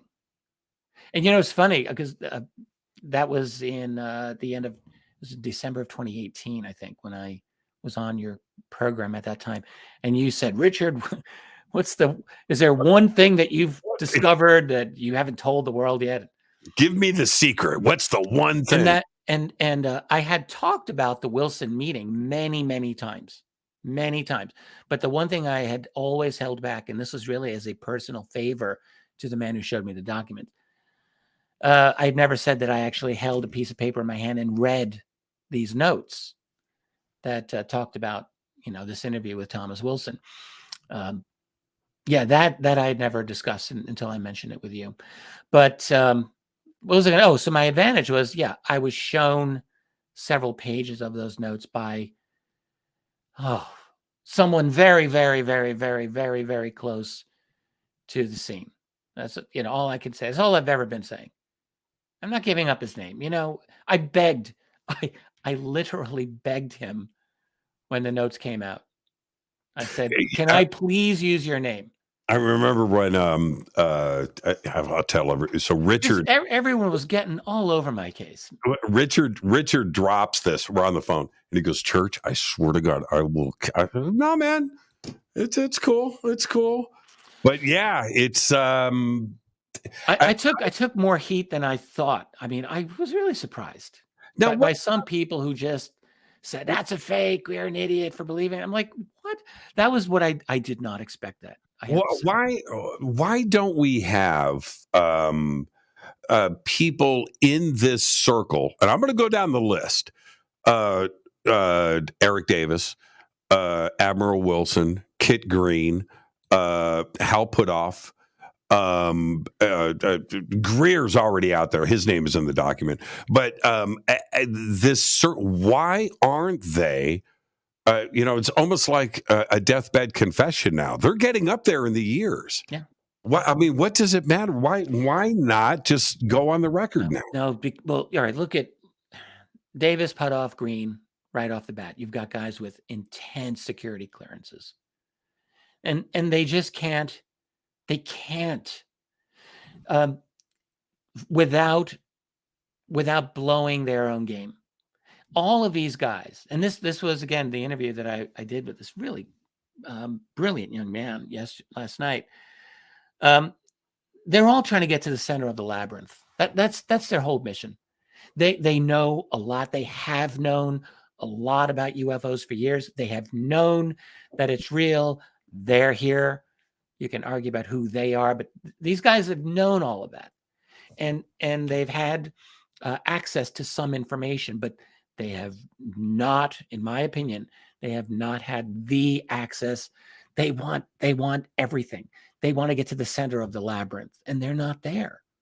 And so, and I think that there's still a hope for some, maybe some of them still have this hope that they're going to get there.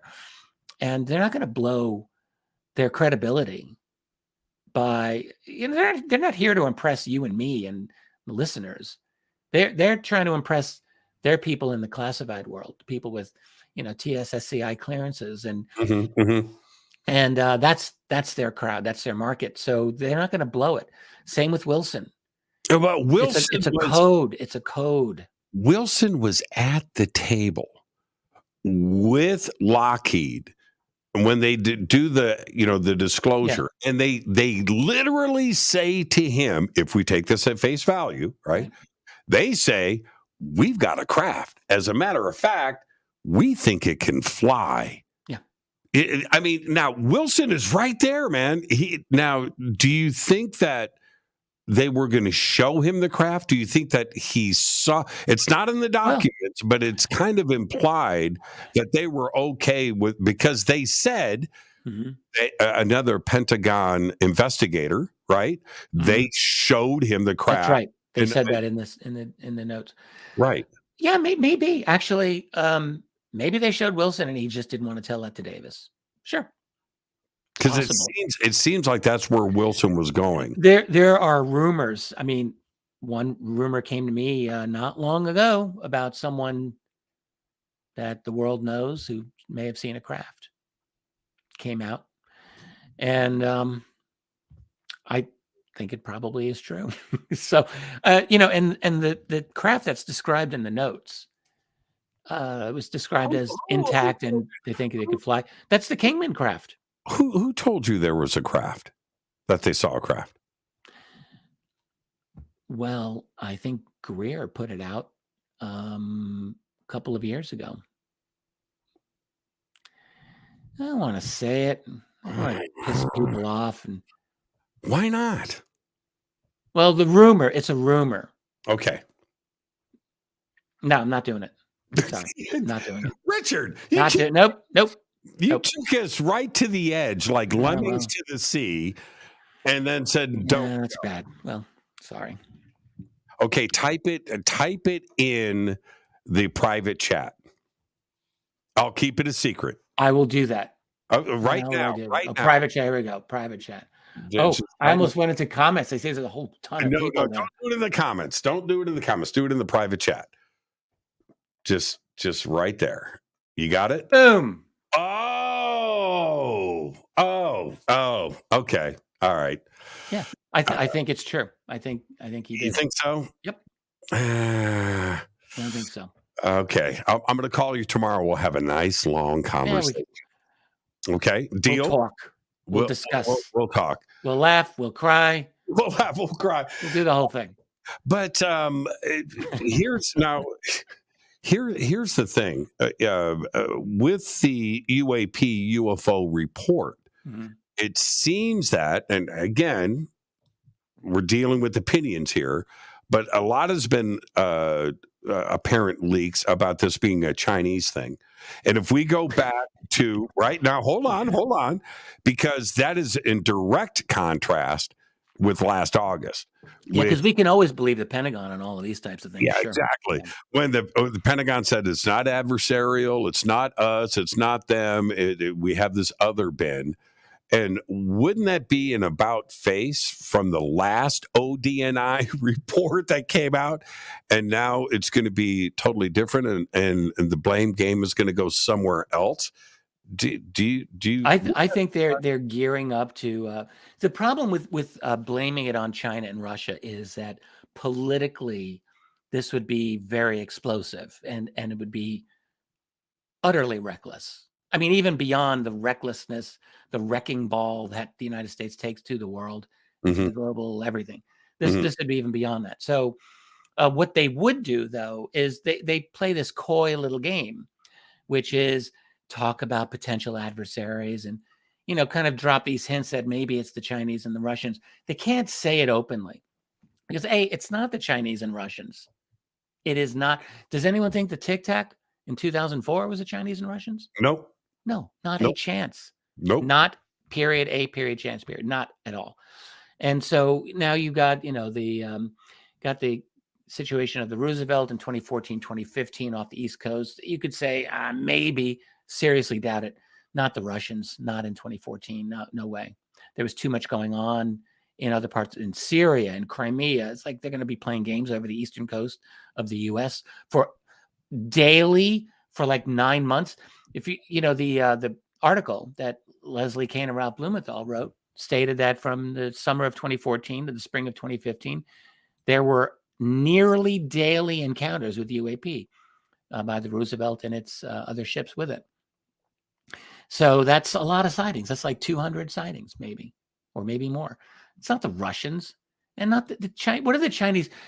You got to look at the map. Look at a globe. China's literally on the opposite end of the world. They are developing a big navy. In 2014, their navy wasn't what it is today. Did they have true global reach to go to the opposite end of the world and to go right up to the U.S. coastline and play games with U.S. warships? They barely make it to Taiwan. I mean, back then. So right. It's not the Chinese. It's not the Russians. And everyone knows this, but they play this little game of pretend like, oh, well, maybe it's a foreign adversary. And meanwhile, we have all the reality that we know from what happened with Admiral Wilson 25 years ago now. We know what the real deal is and that they have known. And, let's not forget the long history of crash retrieval research by true OGs like Leonard Stringfield, who is one of my absolute heroes in the UFO research field, where, Stringfield collected probably about 100 or so crash retrieval cases in the 1970s and 80s and when he died in the 90s. There's so much out there. And there is not a snowball's chance in hell that the high-level military people who have a need to know this, they know this. Harry Reid, I'm quite convinced that OSAP and ATIP were started up by Reid with Bigelow's connection, because this, I think, was a continuation of what John Alexander was trying to do back in '85. That is, we're going to create a UFO group. We're going to find out where the real UFO group in the Pentagon is. Alexander always said, well, there wasn't one there. I talked to someone else in that group who said, that's a load of BS. There are other groups there. But anyway, I think this group of people has always wanted to get to the center. And I think that's what ATIP did, frankly. I mean, there's not a lot of money in there. What else are they going to be doing? They're hunting around. I think that's what Harry Reid wanted to do. And at the same time, all of this is going on, ATIP and Harry Reid and Bigelow and everything else that's going on. Meanwhile, back at the ranch over here in Palmdale, Lockheed has got a friggin' craft in their hangar that they're backwards engineering. It's like this shell game. Right. And I was just having a really interesting chat with another gentleman that I'm going to be interviewing as well. He's older, not old man, but he's a early researcher with a lot of corporate experience, lots of corporate and government experience. And he said, just remember, it doesn't stop at Lockheed, because Lockheed has their own contractors. They had tons of subcontractors to do their work for them, and on it goes. And he said, just think about it. They got a craft storing somewhere in a hangar. You can hire a contracting company, and you just tell the security people, top level, you are not to go in this building. You are to guard it. And these guys don't know what they're guarding. There's lots and lots of ways to have layer upon layer of secrecy in this, and it wouldn't stop with Lockheed. I've got to take a break right here. In 2 weeks, Richard, this is. Can you keep a secret? Can you keep? Well, you know what? You can. In 2 weeks, December 2nd, they're going to reveal the new B-21 stealth bomber. They have built six, right? 6. The reveal is going to happen on December 2nd. You haven't seen a picture of it. There's been nothing leaked. No. There's no information out there about it. There's 6 of them sitting 2 miles from my house. Right here, right down the street. Have you seen them? Have you seen them at all? I will not comment about that on the air. I'll talk to you about it tomorrow. Wow. Though. Well done. Yeah. I'm taking that as a yes. You know what? This Richard, you're going to get a knock on the door at 2:30 This a.m. He knows who I am and what they are not. You're dumb. Screwed, man. It's all over. I just wrecked your career. That's it. I'm not. I'm just not gonna. You know what? There's a level of trust here, and I'm not gonna blab. But I'll talk to you tomorrow about it. Yeah, okay. So anyway, let's take our break. I'm gonna play some air guitar to your guitar rips. Richard, I always want to play air guitar when I hear your intro. Richard, we got to none of the things that we talked about, or not one. We didn't get to one. So just stay put. And I'm going now, right? We're done? I'm done. No, you're not. right. Richard, don't even. We'll be right back. This is Fade to Black. Richard Dolan is our guest. Stay with us. I'm your host, Jimmy Church. We'll be right back after this short break.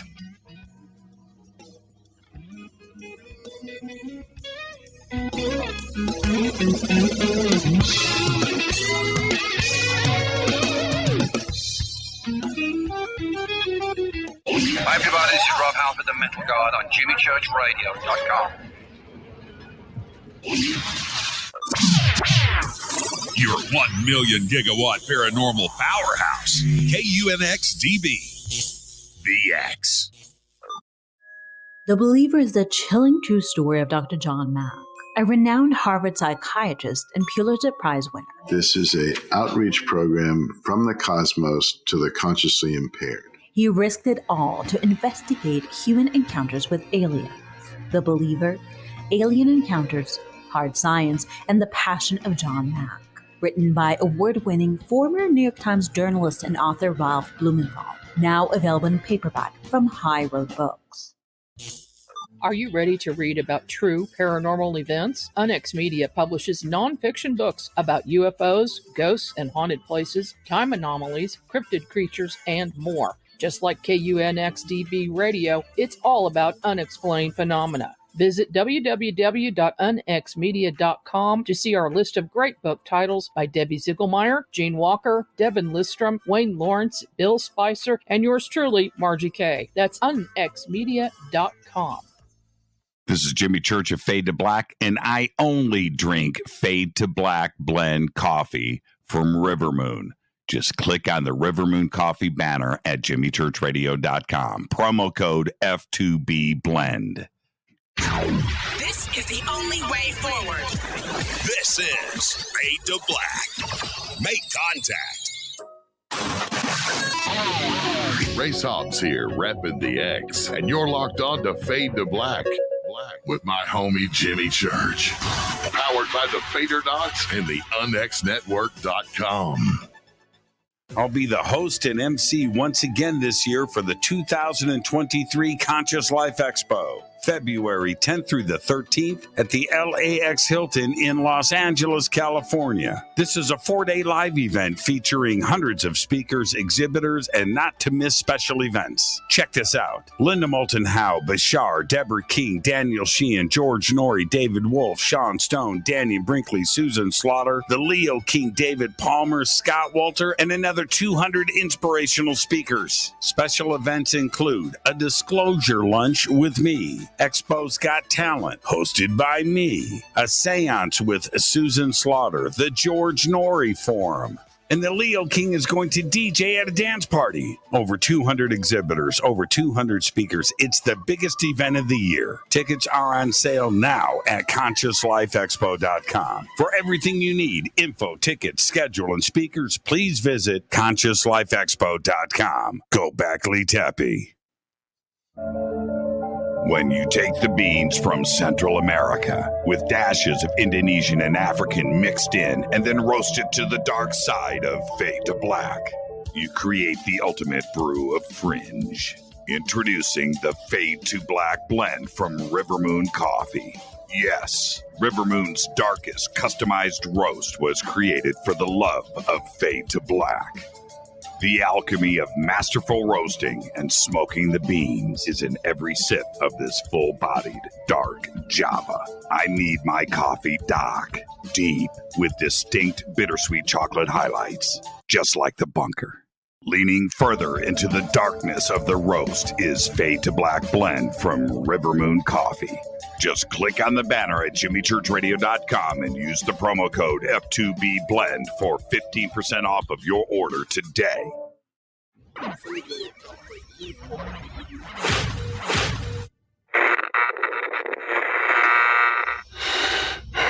You want to know a secret? I love ponies. I really love ponies. I'm serious. I couldn't stay sane without ponies to brush. Why Fade to Black? Because you never got that pony, damn it. This is Fade to Black with Jimmy Church on the Game Changer Radio Network.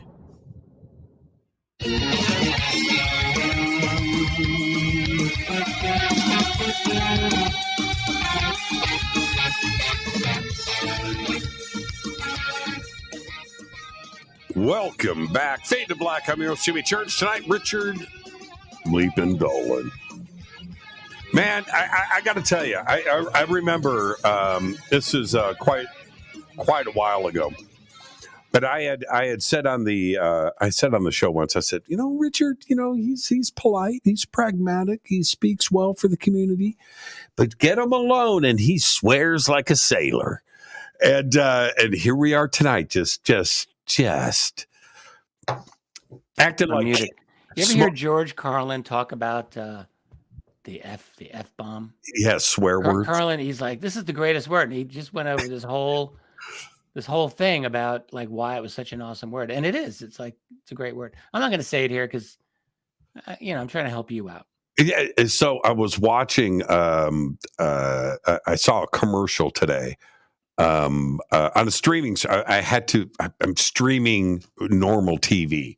All right. Yellowstone. I'll just say it right now. It's Paramount Network. And so I get stuck with a TV commercial, and it was for, one of them was for Flock Systems. It's a truck. It's a truck. This is fun already. Yeah. It was great. A trucking company, right? Transport logistics company. Uh-huh. We're flocking great. And they went through this whole thing, and he goes, man, can we say, and then they bleeped it out, shit. Right? Yeah. And he goes, we'll flocking pack and get it across the country on time. And I was like, this is the best commercial ever. This is great. And they had it all subtitled, with asterisks, and stuff. Back in the 80s, during the SNL, one of their glory eras, Kevin Nealon, you said funkin'. Oh, I you threw an N in there. Remember that? What the funk is that, or something like that? And he went pretty easy on that N. Like he just barely got that in there. He really pushed it. The Good Place, the TV series. They've got. I haven't seen that one. It's awesome. It's awesome. All right. Or what was the other Saturday Night Live? Sweaty balls. That was a good one. I love that stuff. Okay, so anyway, so two extremely historic events went down this week. One of them yesterday was Artemis 1. Oh, yes. This is like a big deal, right? Okay. So we've got Artemis on its way. Maybe they can fake the moon landing too. That'll be awesome. Okay, let's go there. So, but overshadowed by Artemis was the X-37B returning to Earth after 908 days in orbit. Always completely secretive. These 908 days, almost 3 years, Richard. 3 years in space. Yeah, right.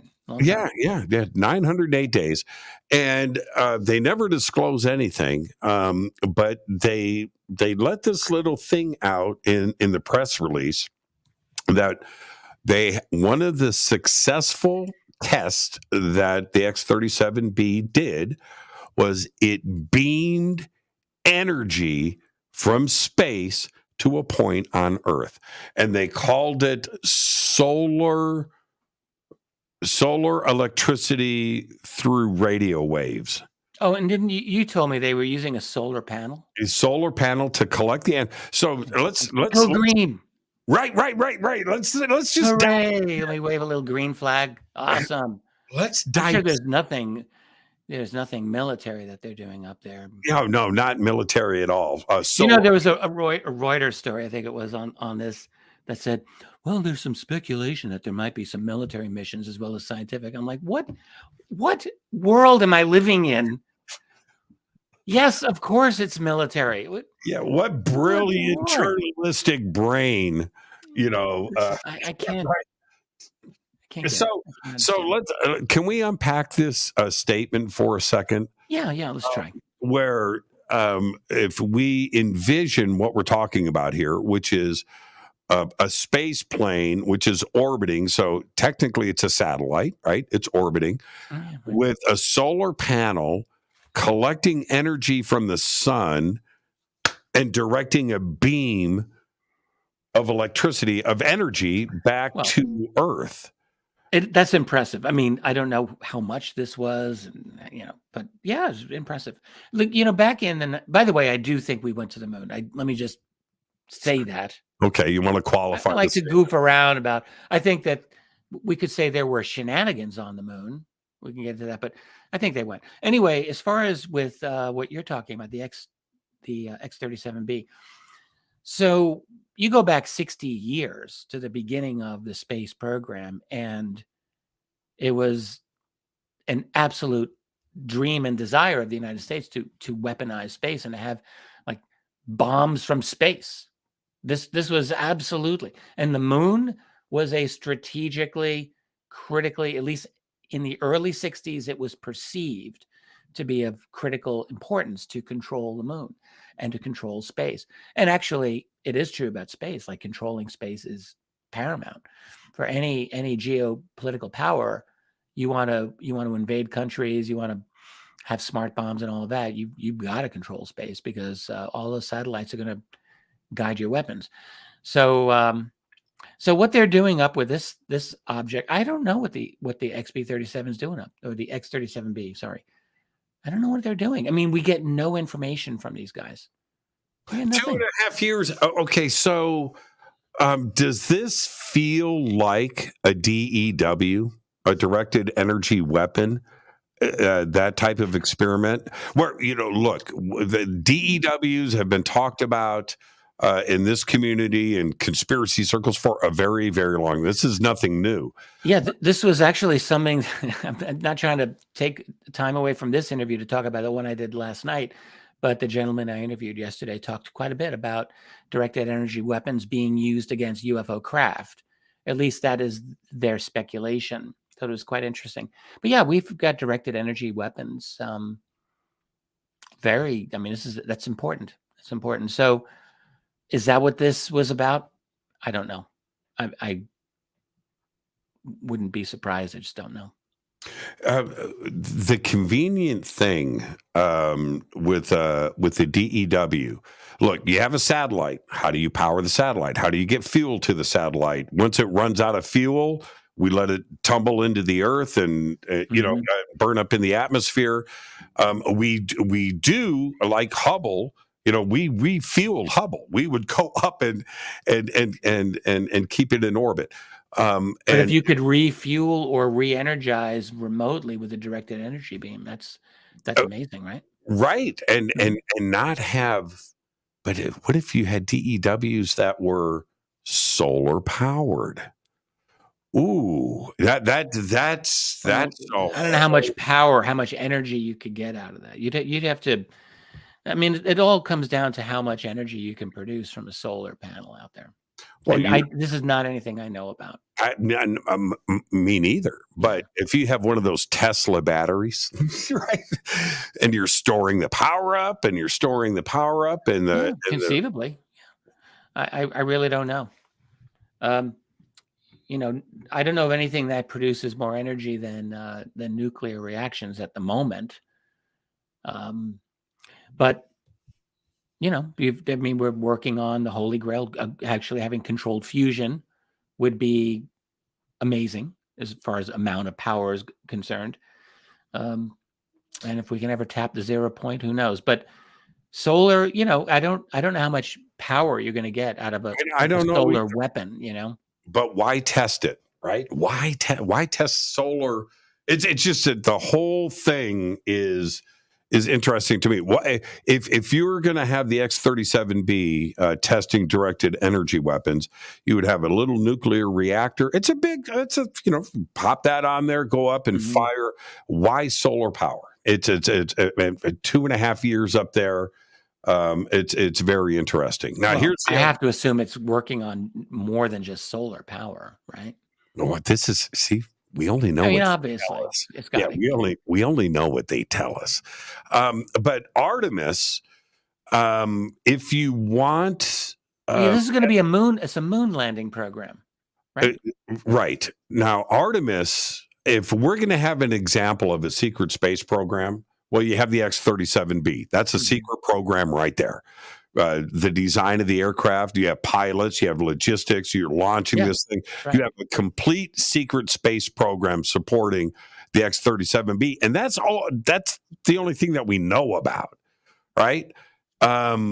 Artemis going back to the moon, and could there be a clandestine program that's running in the background that we don't know anything about?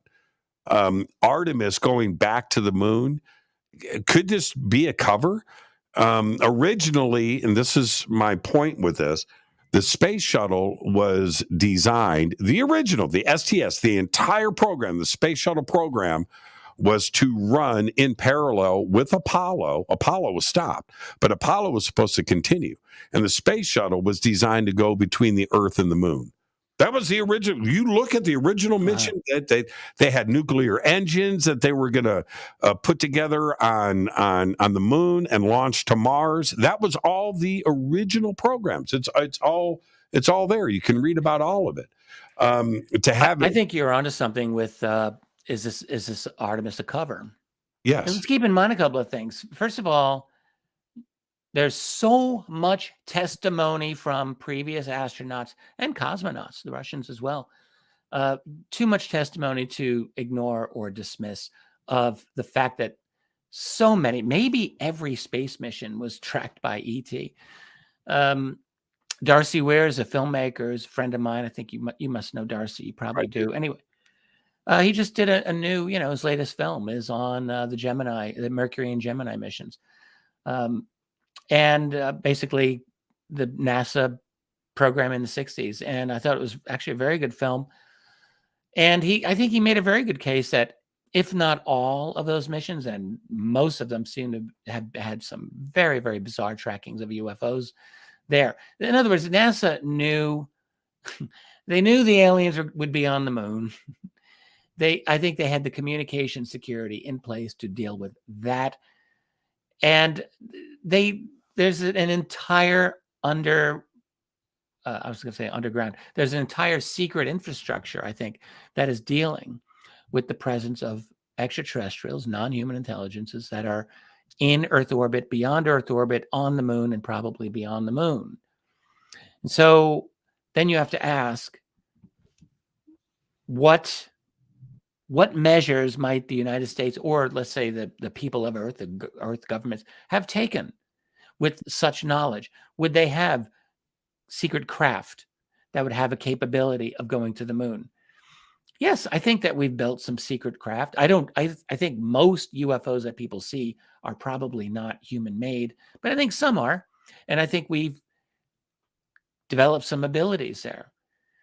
And so, and also I suspect that there could very well be some radical technologies that are being employed here. Can't prove it, but yes, I think so. So what does that say about Artemis? It's more optics, more PR. Why did our moon mission stop early? They were going to do a couple of extra Apollo missions, and they didn't do them. What the hell is going on with all of this? Or did they? And see, was there an Apollo 18, 19, 20, 21, 22, 25, 30? I don't know.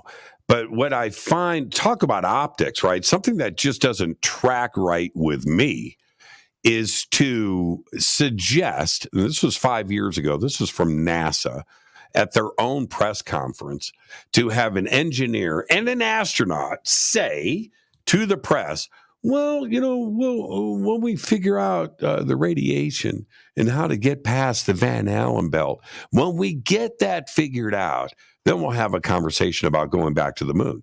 I was like, wait a minute.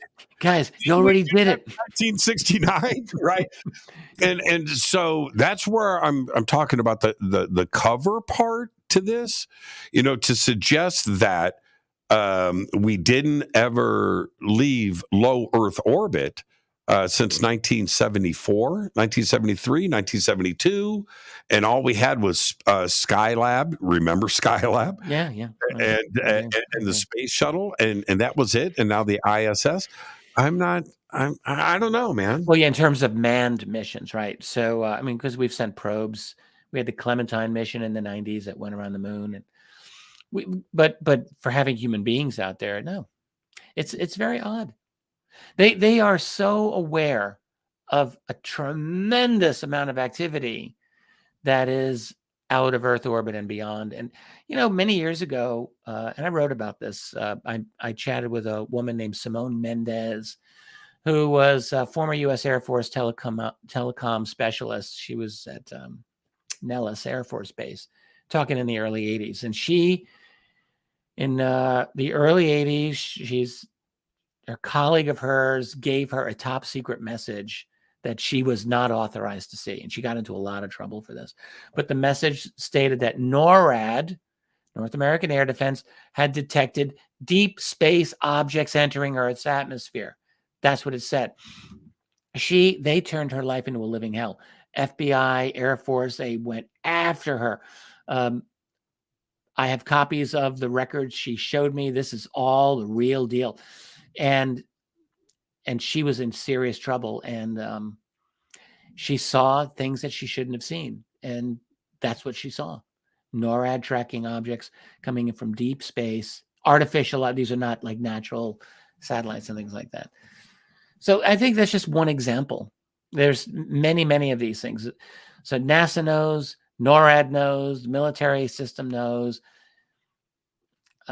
Probably Scott Bray and Ronald Moultrie of the Pentagon don't know. Yeah, they're just guys doing their job. I don't think they know these things. But the information's there. So we're in this game of, I call it a game of pretend, where we're going through these motions, we're waiting for the UAP report. And what will it really say? Here's another question. What can it possibly say? As I ask myself this a lot, like, what can the UAP report really say? Can it say that there's aliens partly responsible for UFOs, UAP? Hell no. It cannot say that. It will not ever say that. They're not going to say that. Will they? They're going to do their dance for as long as they can do this dance, and that's a long time.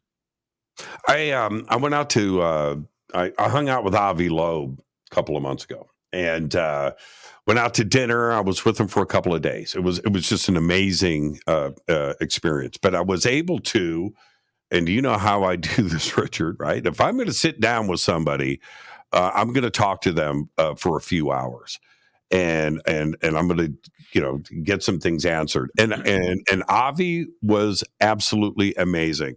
He was very, very forthwith. He didn't hold back. And one of the things that he told me, now this is the press release just went out today on this, but what he had told me about was this other, we know about Oumuamua, but that there was this other confirmed by the intelligence agencies, another interstellar object entered Earth's atmosphere and crashed into the Pacific Ocean out near Australia, Papua New Guinea, or some island chain out there. But they had the location. So he said he was, looking for funding. He needs to get a vessel together, a research vessel, and go out there and find. And I said, but Avi, if it's extraterrestrial, I think that it is. I believe that it is. The information, the mission is now a go.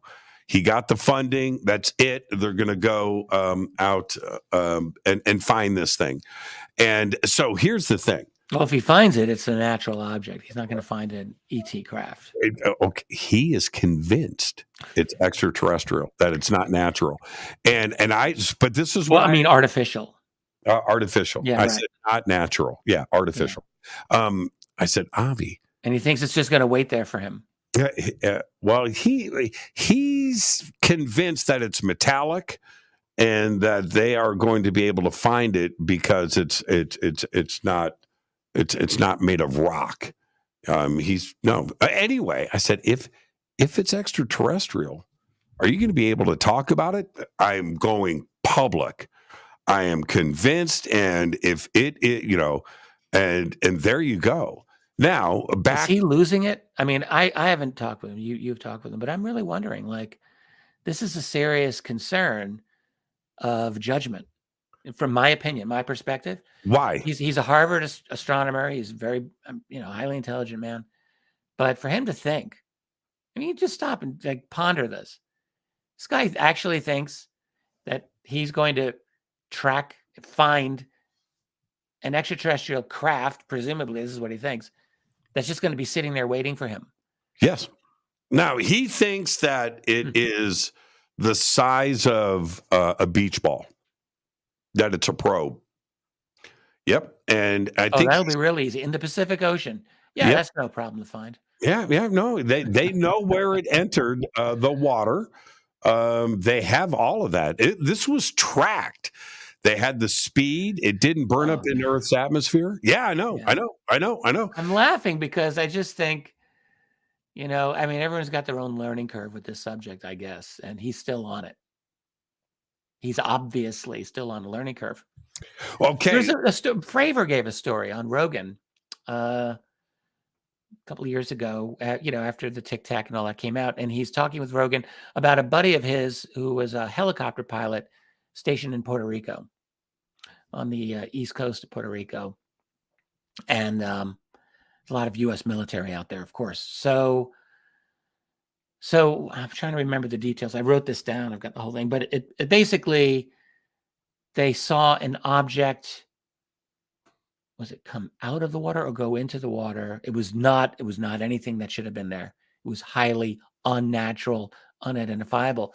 But they tried looking for it. It just disappeared. It just went down. And you've got the Puerto Rico Trench there, which is it's incredibly deep. And this thing just went down there. They can't chase after it when it goes down to these trenches. So, I mean, they are, here's the thing about UFOs, and this is a memo for Avi Loeb. They are intelligent they maneuver intelligently. They're not just going to be sitting around waiting for him to go and find them. That's not going to happen. Now, if it's some kind of natural object, well, if it's metallic, I can't imagine how it's natural, coming in. I think he's losing it a little bit. I'm just going to say. I don't feel. Let's use some logic here. This is not a logical thing to pursue. You have to listen to him. I mean, it's a fun road trip or ocean trip. Sure, going out there. Hey, let's see if we can find it. For him to think he's going to get it.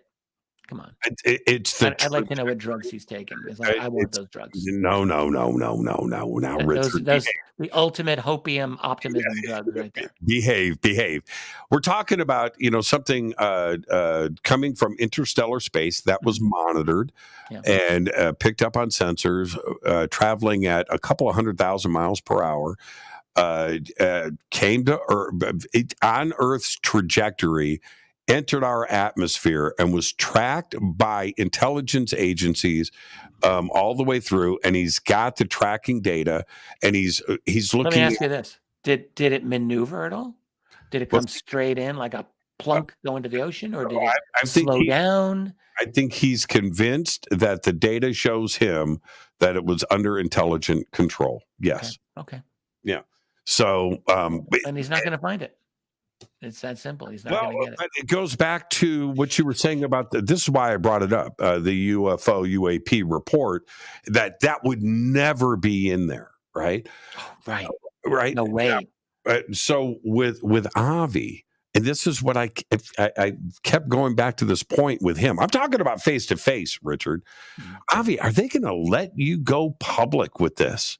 I mean, let's just say it is extraterrestrial. This is a probe, right? A von Neumann probe from Zeta Reticuli. You are going to be able to go public with this information? He's convinced that he can. Well, God bless him. He's very naive. But that's not unusual for the academic community, frankly. they live in a different world. And I think they operate on some different assumptions.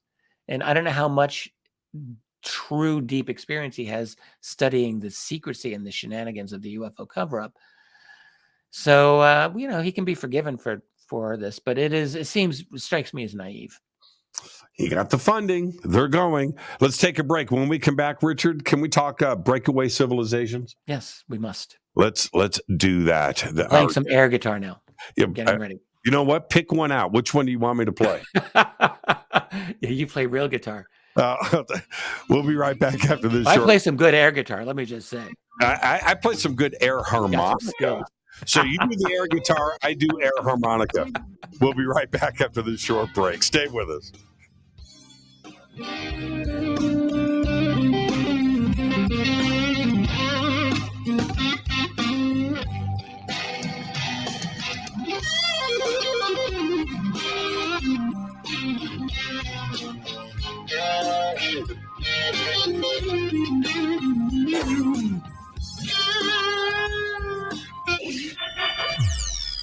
You're listening to Jimmy Church and Fade to Black on the X.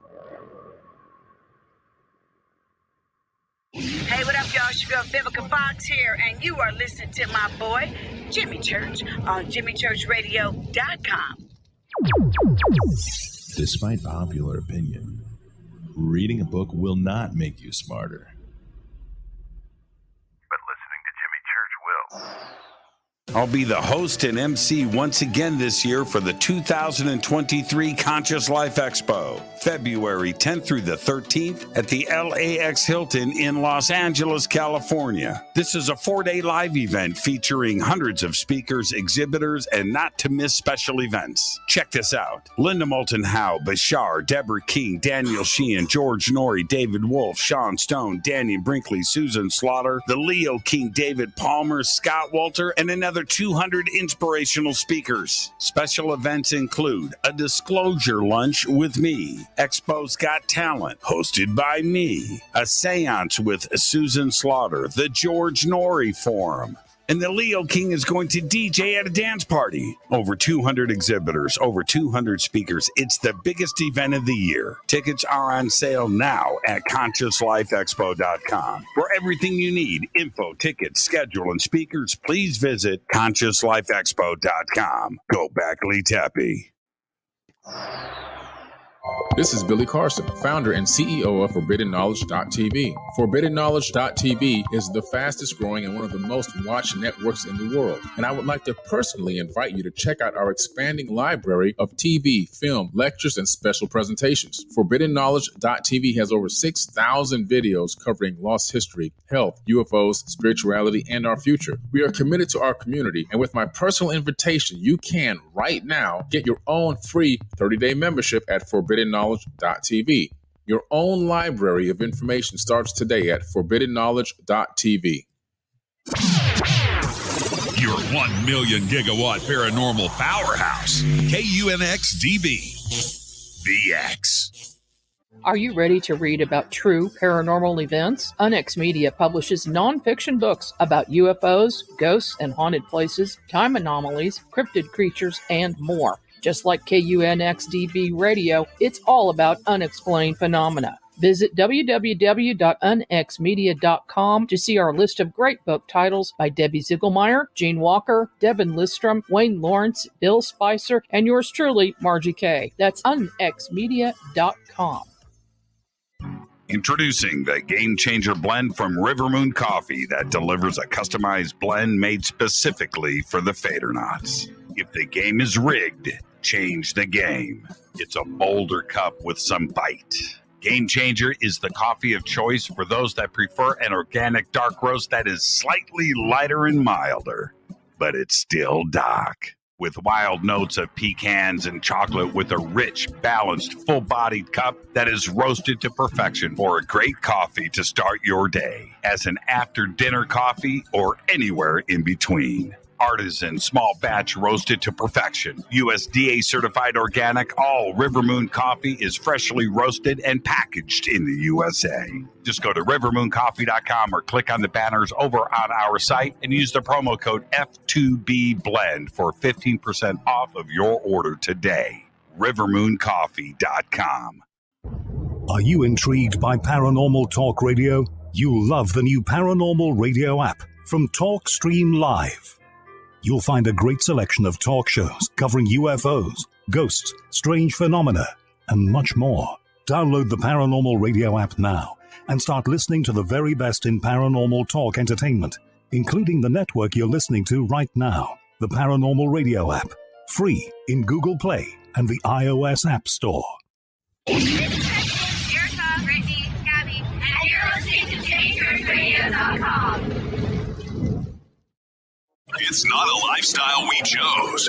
We were born this way. This is KJCR at JimmyChurchRadio.com.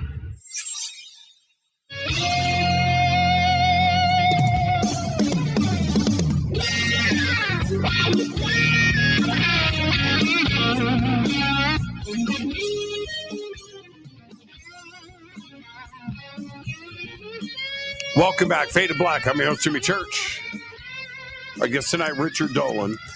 And Richard, before we get to Breakaway Civilizations, I just want to share this with you. It's just to check this out.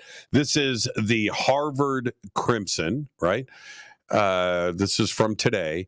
Harvard astrophysicist Avi Loeb set to explore Pacific Ocean for potential alien meteor fragments. And so there it is. It goes on. He's got the funding, and he's going to Papua New Guinea and so forth. Yes, it's very cool. Let's face it. And Tracy chastised me during the break. Yeah. She said, look, you were kind of hard on Avi Loeb. Tracy's on my side. You know what? No, it's true. I was having some fun. I think he's great. He definitely is helping generate a lot of interest in the field, and he's brave. He's brave. He's out there in the academic world, and he is fighting the good fight.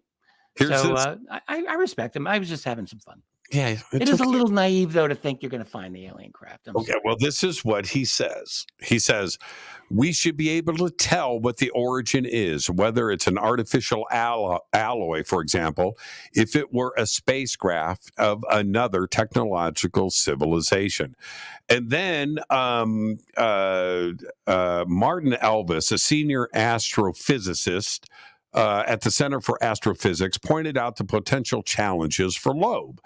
And he says, pinning down the impact site, blah, blah, blah, blah, blah. But then he goes on to say, this is Elvis. He says, look, I thought this is a good example of high risk, high payoff science. Everyone professes to like such research, but they rarely do it in practice. He said, so that's the sort of mission NASA would spend $1 billion on. So I was happy that he's taking the plunge. You know what? He's swinging for the seats. So he that's certainly good. is. And every once in a while, like you can make it. Who's the man who discovered the city of Troy? Schliemann. No, everyone thought he was crazy. There's no such thing as Troy. He goes and he finds it. He just did it. So if Avi Loeb can do that, that would be an amazing thing. And so why not? Man, I had the chance. He goes, so Jimmy, I swear that Avi said this to me, because get your listeners together. Let's raise some money and we'll call the boat Fade to Black. And I was like, dude, it was so funny. This is, wow. That's almost as cool as like having your Bay of Pigs boat named the Barbara. Right? This is even better. So, and it was just so funny. And I just kind of let it, I just didn't think it would happen. And here it is 2 months later. He got the funding. Some wealthy donors probably kicked down. Well, it's actually, you know what? It'll give us something to talk about. And it could, let's see. We'll wait and see. I don't think he's going to find anything. I really don't. But hey. Maybe high risk, high reward, mm-hmm. Right? Very good. So I was going, I was on Christina Gomez's show last week. And one of the things we were talking about, missing persons, and I went And I presented the numbers, and we started talking about breakaway civilizations. And I said, most people don't realize if you go and you just put a number in your head, how many people go missing around the world each year? What's the number, right? And then look at the United States. What number pops in your head? 10,000, 15,000. What's the number? Yeah, I don't know. I would say several thousand. 600,000 in 2021. You serious? 600,000. Most are solved. Just missing in America. 600,000. Wow. Yeah. Yeah. And you can look at the per state back, you got a map and you can click on locations. And are there, I'm sure someone has studied the nature of these disappearances. I mean, we've got our David Paulides, and thank God we've got him. He's awesome. Yep. But he does the really mysterious cases, the really bizarre ones. But what about these? I mean, maybe they're all bizarre, right? I mean, if someone disappears, that's bizarre. And today where, credit cards and ATM and electronic, we live in an electronic, it's hard to disappear. How do you disappear yourself today? It would be a tough thing to do with your driver's license and facial recognition and biometrics. And there's nowhere to run. There's nowhere to hide. 1950, you got a pretty good shot at it. Right. But in 2022, 600,000 people. So that's incredible. I'm astonished. When we look at, I love Agenda 3. And the ideas, and you wow, yeah, right, and you put together a couple of words, right? Breakaway civilization, and put that out there. If we look at United States, 600,000 people.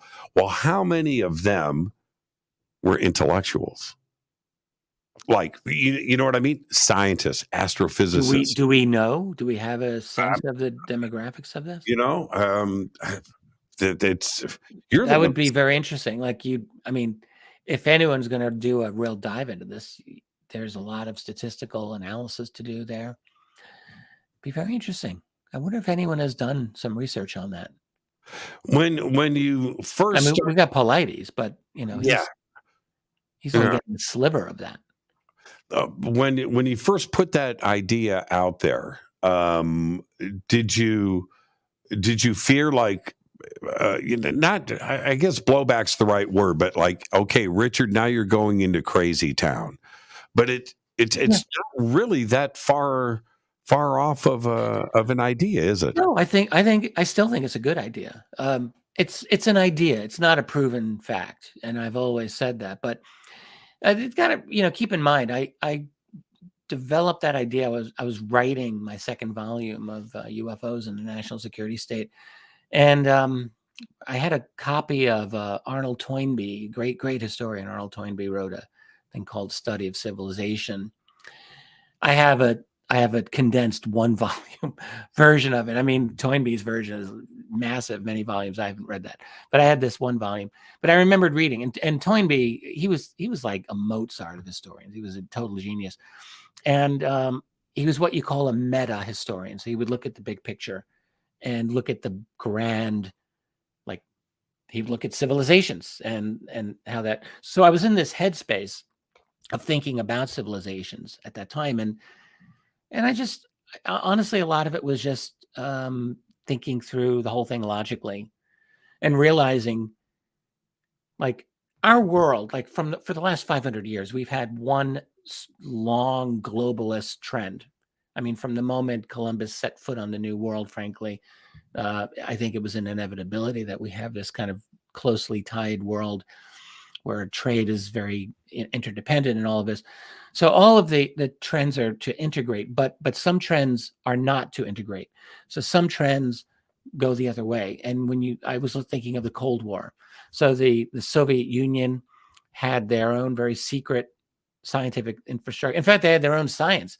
They had some really bizarre scientists. A guy named Lysenko, who had some very bizarre ideas about biology and evolution, and became dogma. It was totally wrong. So the Soviets went their own way, and the U.S. went its own way. We had developed our own black budget world. And I just started to think, there's such secrecy within the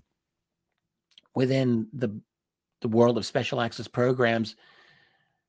And then you throw in something like Roswell tech or alien tech, and then ask, this is what I started doing. I was asking, like, what actually would happen if you acquired exotic tech?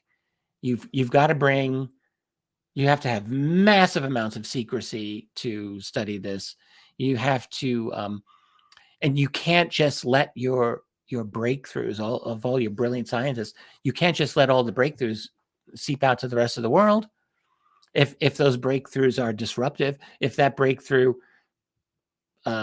damages your energy infrastructure and your petroleum, back in the 1950s and 60s, it was like, we have enough petroleum to last for centuries. We're not gonna need another source of energy, so let's just keep this. We'll monetize it. We'll control the world, and that was the plan. Of course, this isn't 1960. We're not using 1960 levels of consumption, and it's a little different. But I think what happened is that there were breakthroughs that were made in the study of exotic technology, and it was determined that those breakthroughs would not see the light of day. And so what that means then is you have a scientific infrastructure that is working on different science, is working on different knowledge, and is now, it's becoming more separate. It's breaking away. Right. Away.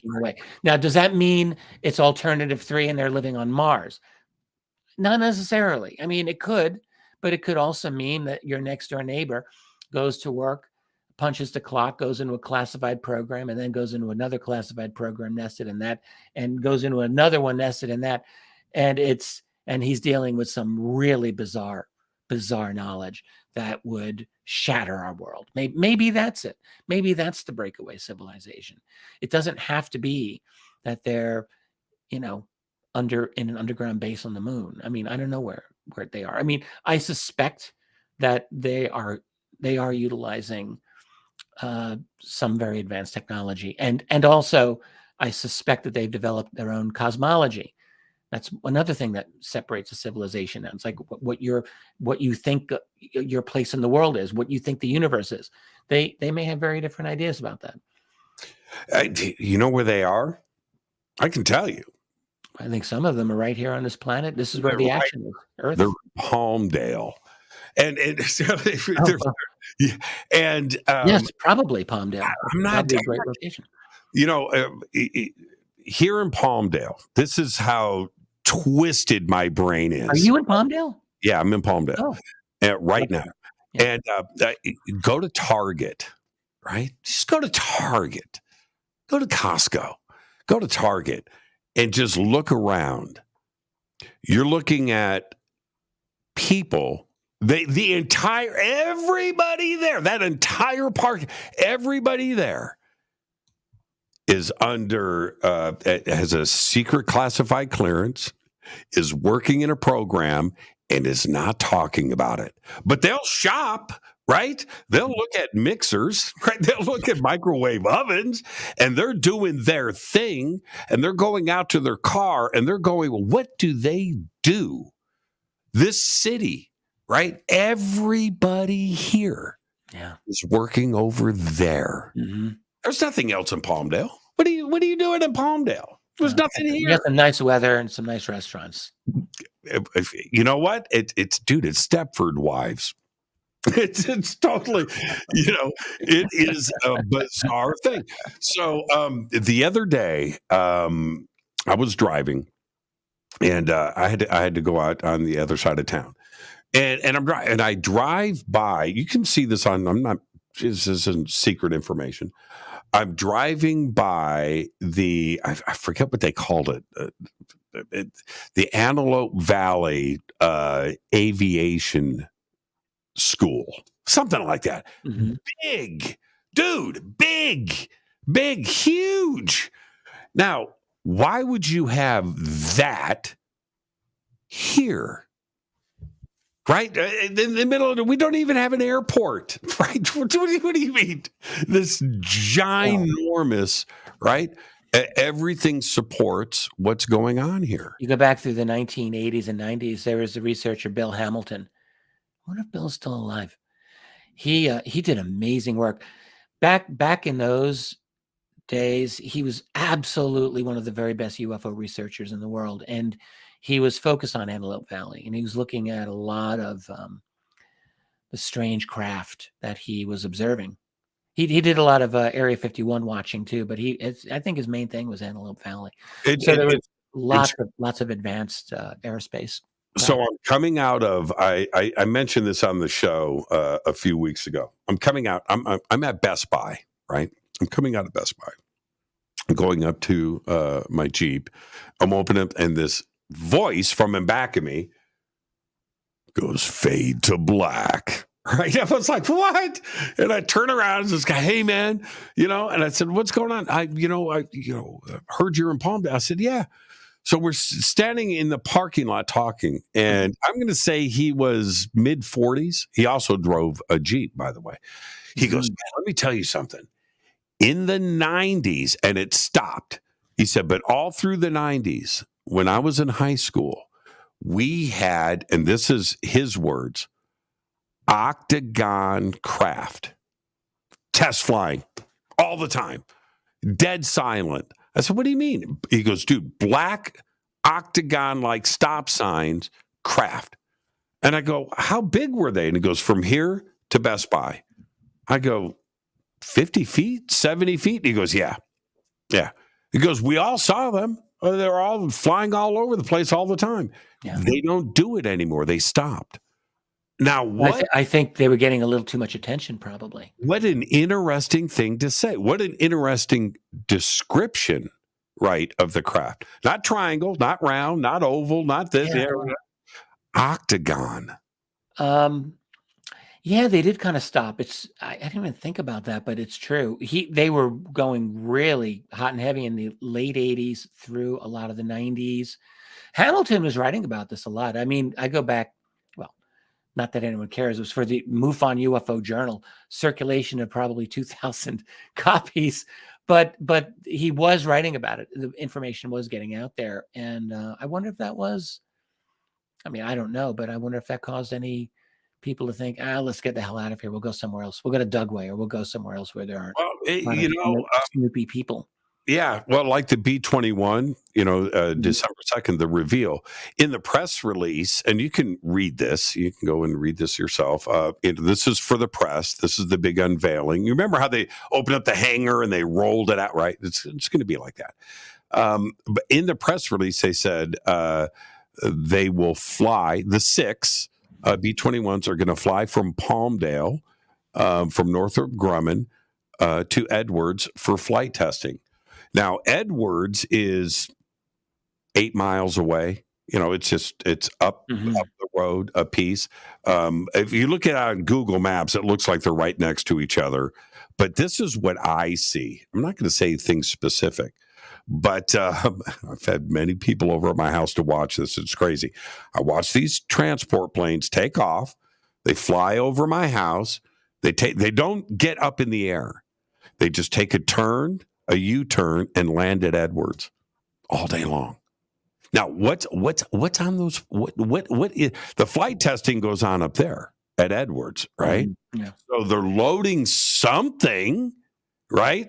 These transport planes, they make the U-turn and land. They don't even get a quarter mile in the air. They barely, get airborne, and they just turn around and land, turn around and land, and turn around and land.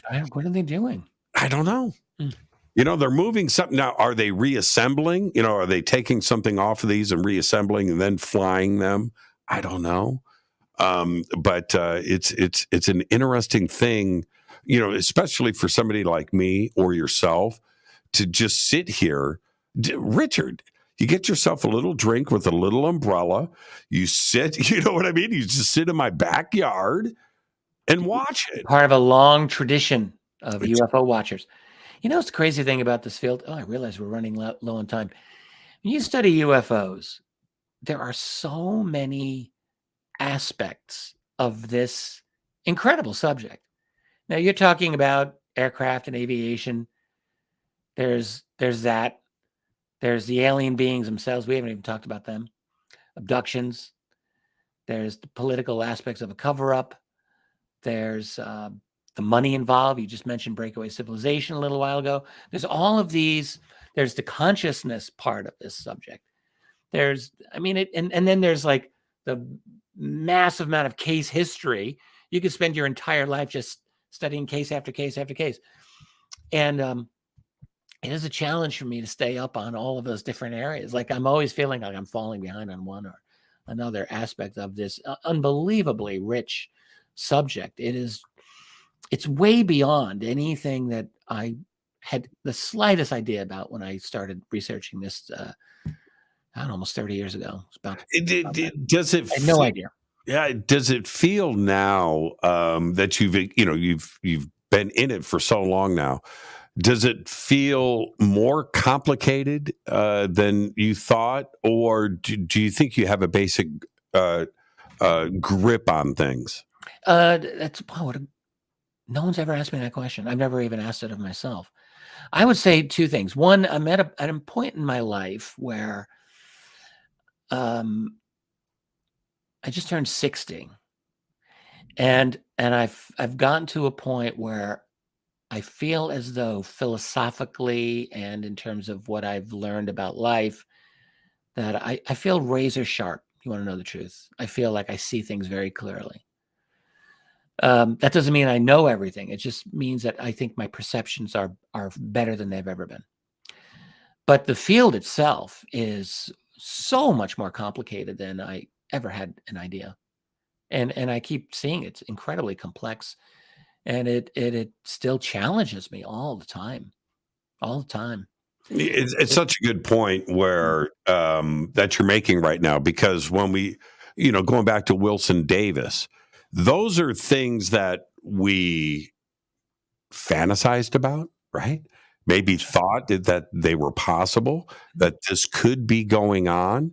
Yeah. And then you get that kind of confirmation, then it does tell you how incredibly complicated this is, where those like a J2, right, doesn't have a need to know. Yeah, a couple of years ago, I think Tom DeLonge did a tweet.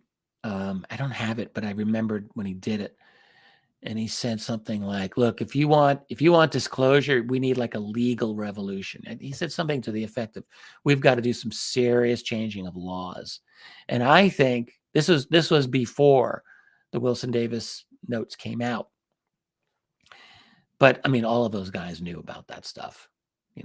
Everyone in TTSA, everyone connected, they all knew about that whole scenario. But I think he was kind of referring to that, maybe that specifically, probably that specifically, but definitely that whole concept of just this deep levels of secrecy. I mean, it's so deep that you really have to argue it's criminal. Yeah, totally. How do you say it's legal and legit? I mean, Richard, if we go back to Independence Day, the movie, and that scene, right? Where there's no secret base with alien. Well, sir, that's not entirely accurate, right? How true that turned out to be, a scripted movie, and that may exactly be the case. It's what was spelled out in the Wilson Davis document. Yeah. Well, presidents. I mean, look. It doesn't even have to be the current president, who clearly does. This is the Weekend at Bernie's presidency. It's like, just roll him out, pretend he's not dead. You can't really tell him much, but that's the case with most of these presidents. Like they can't, I don't think they've got to be in front of the cameras. They got to shake the hands of the dignitaries. They got to read the teleprompter. Like it is not physically possible, I'm sure, for any U.S. president to be on top of all of this whole thing. I don't think so. Richard, you're the very best. And I promise I'll call you tomorrow. Just hit me up. we'll have this conversation. The absolute best. This was fun. We didn't know what we were going to talk about, but no, we didn't, and we got to some of it. We got to some of it, but this was great. This is another perfect night on the show. Give my best to Tracy. I'll give you a call in the morning. Thank you so much, Richard Dolan Members. Hey, I want to give a shout out to the Fader Nuts always. You're the best, Richard. Any of my people out there too, of course. Richard Dolan, thank you so much, my friend. And another perfect night. I got to roll out of here. I got to get straight to the credits. Thank you, Richard. Thank you to Tracy, of course, too, as well. Thank you so much. This is Fade to Black, which is produced by Hilton J. Palm, Renee, Dennis, and Kevin. Announcers are Steve Harder, Gene Vitola, Mark T. Kovar. Webmaster is Drew the Geek. Music, Doug Aldrich. Intro, Spaceboy, spaceboymusic.com. Fade to Black is produced by KJCR for the Game Changer Network. This broadcast is owned and copyrighted 2022 by Fade to Black and the Game Changer Network, Inc. It cannot be rebroadcast, downloaded, copied, or used anywhere in the known universe without written permission from Fade to Black and the Game Changer Network. I'm your host, Jimmy Church. Until tomorrow night with Fader Night, open lines all night long. I want you to be safe.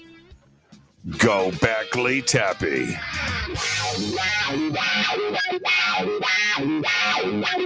Wow.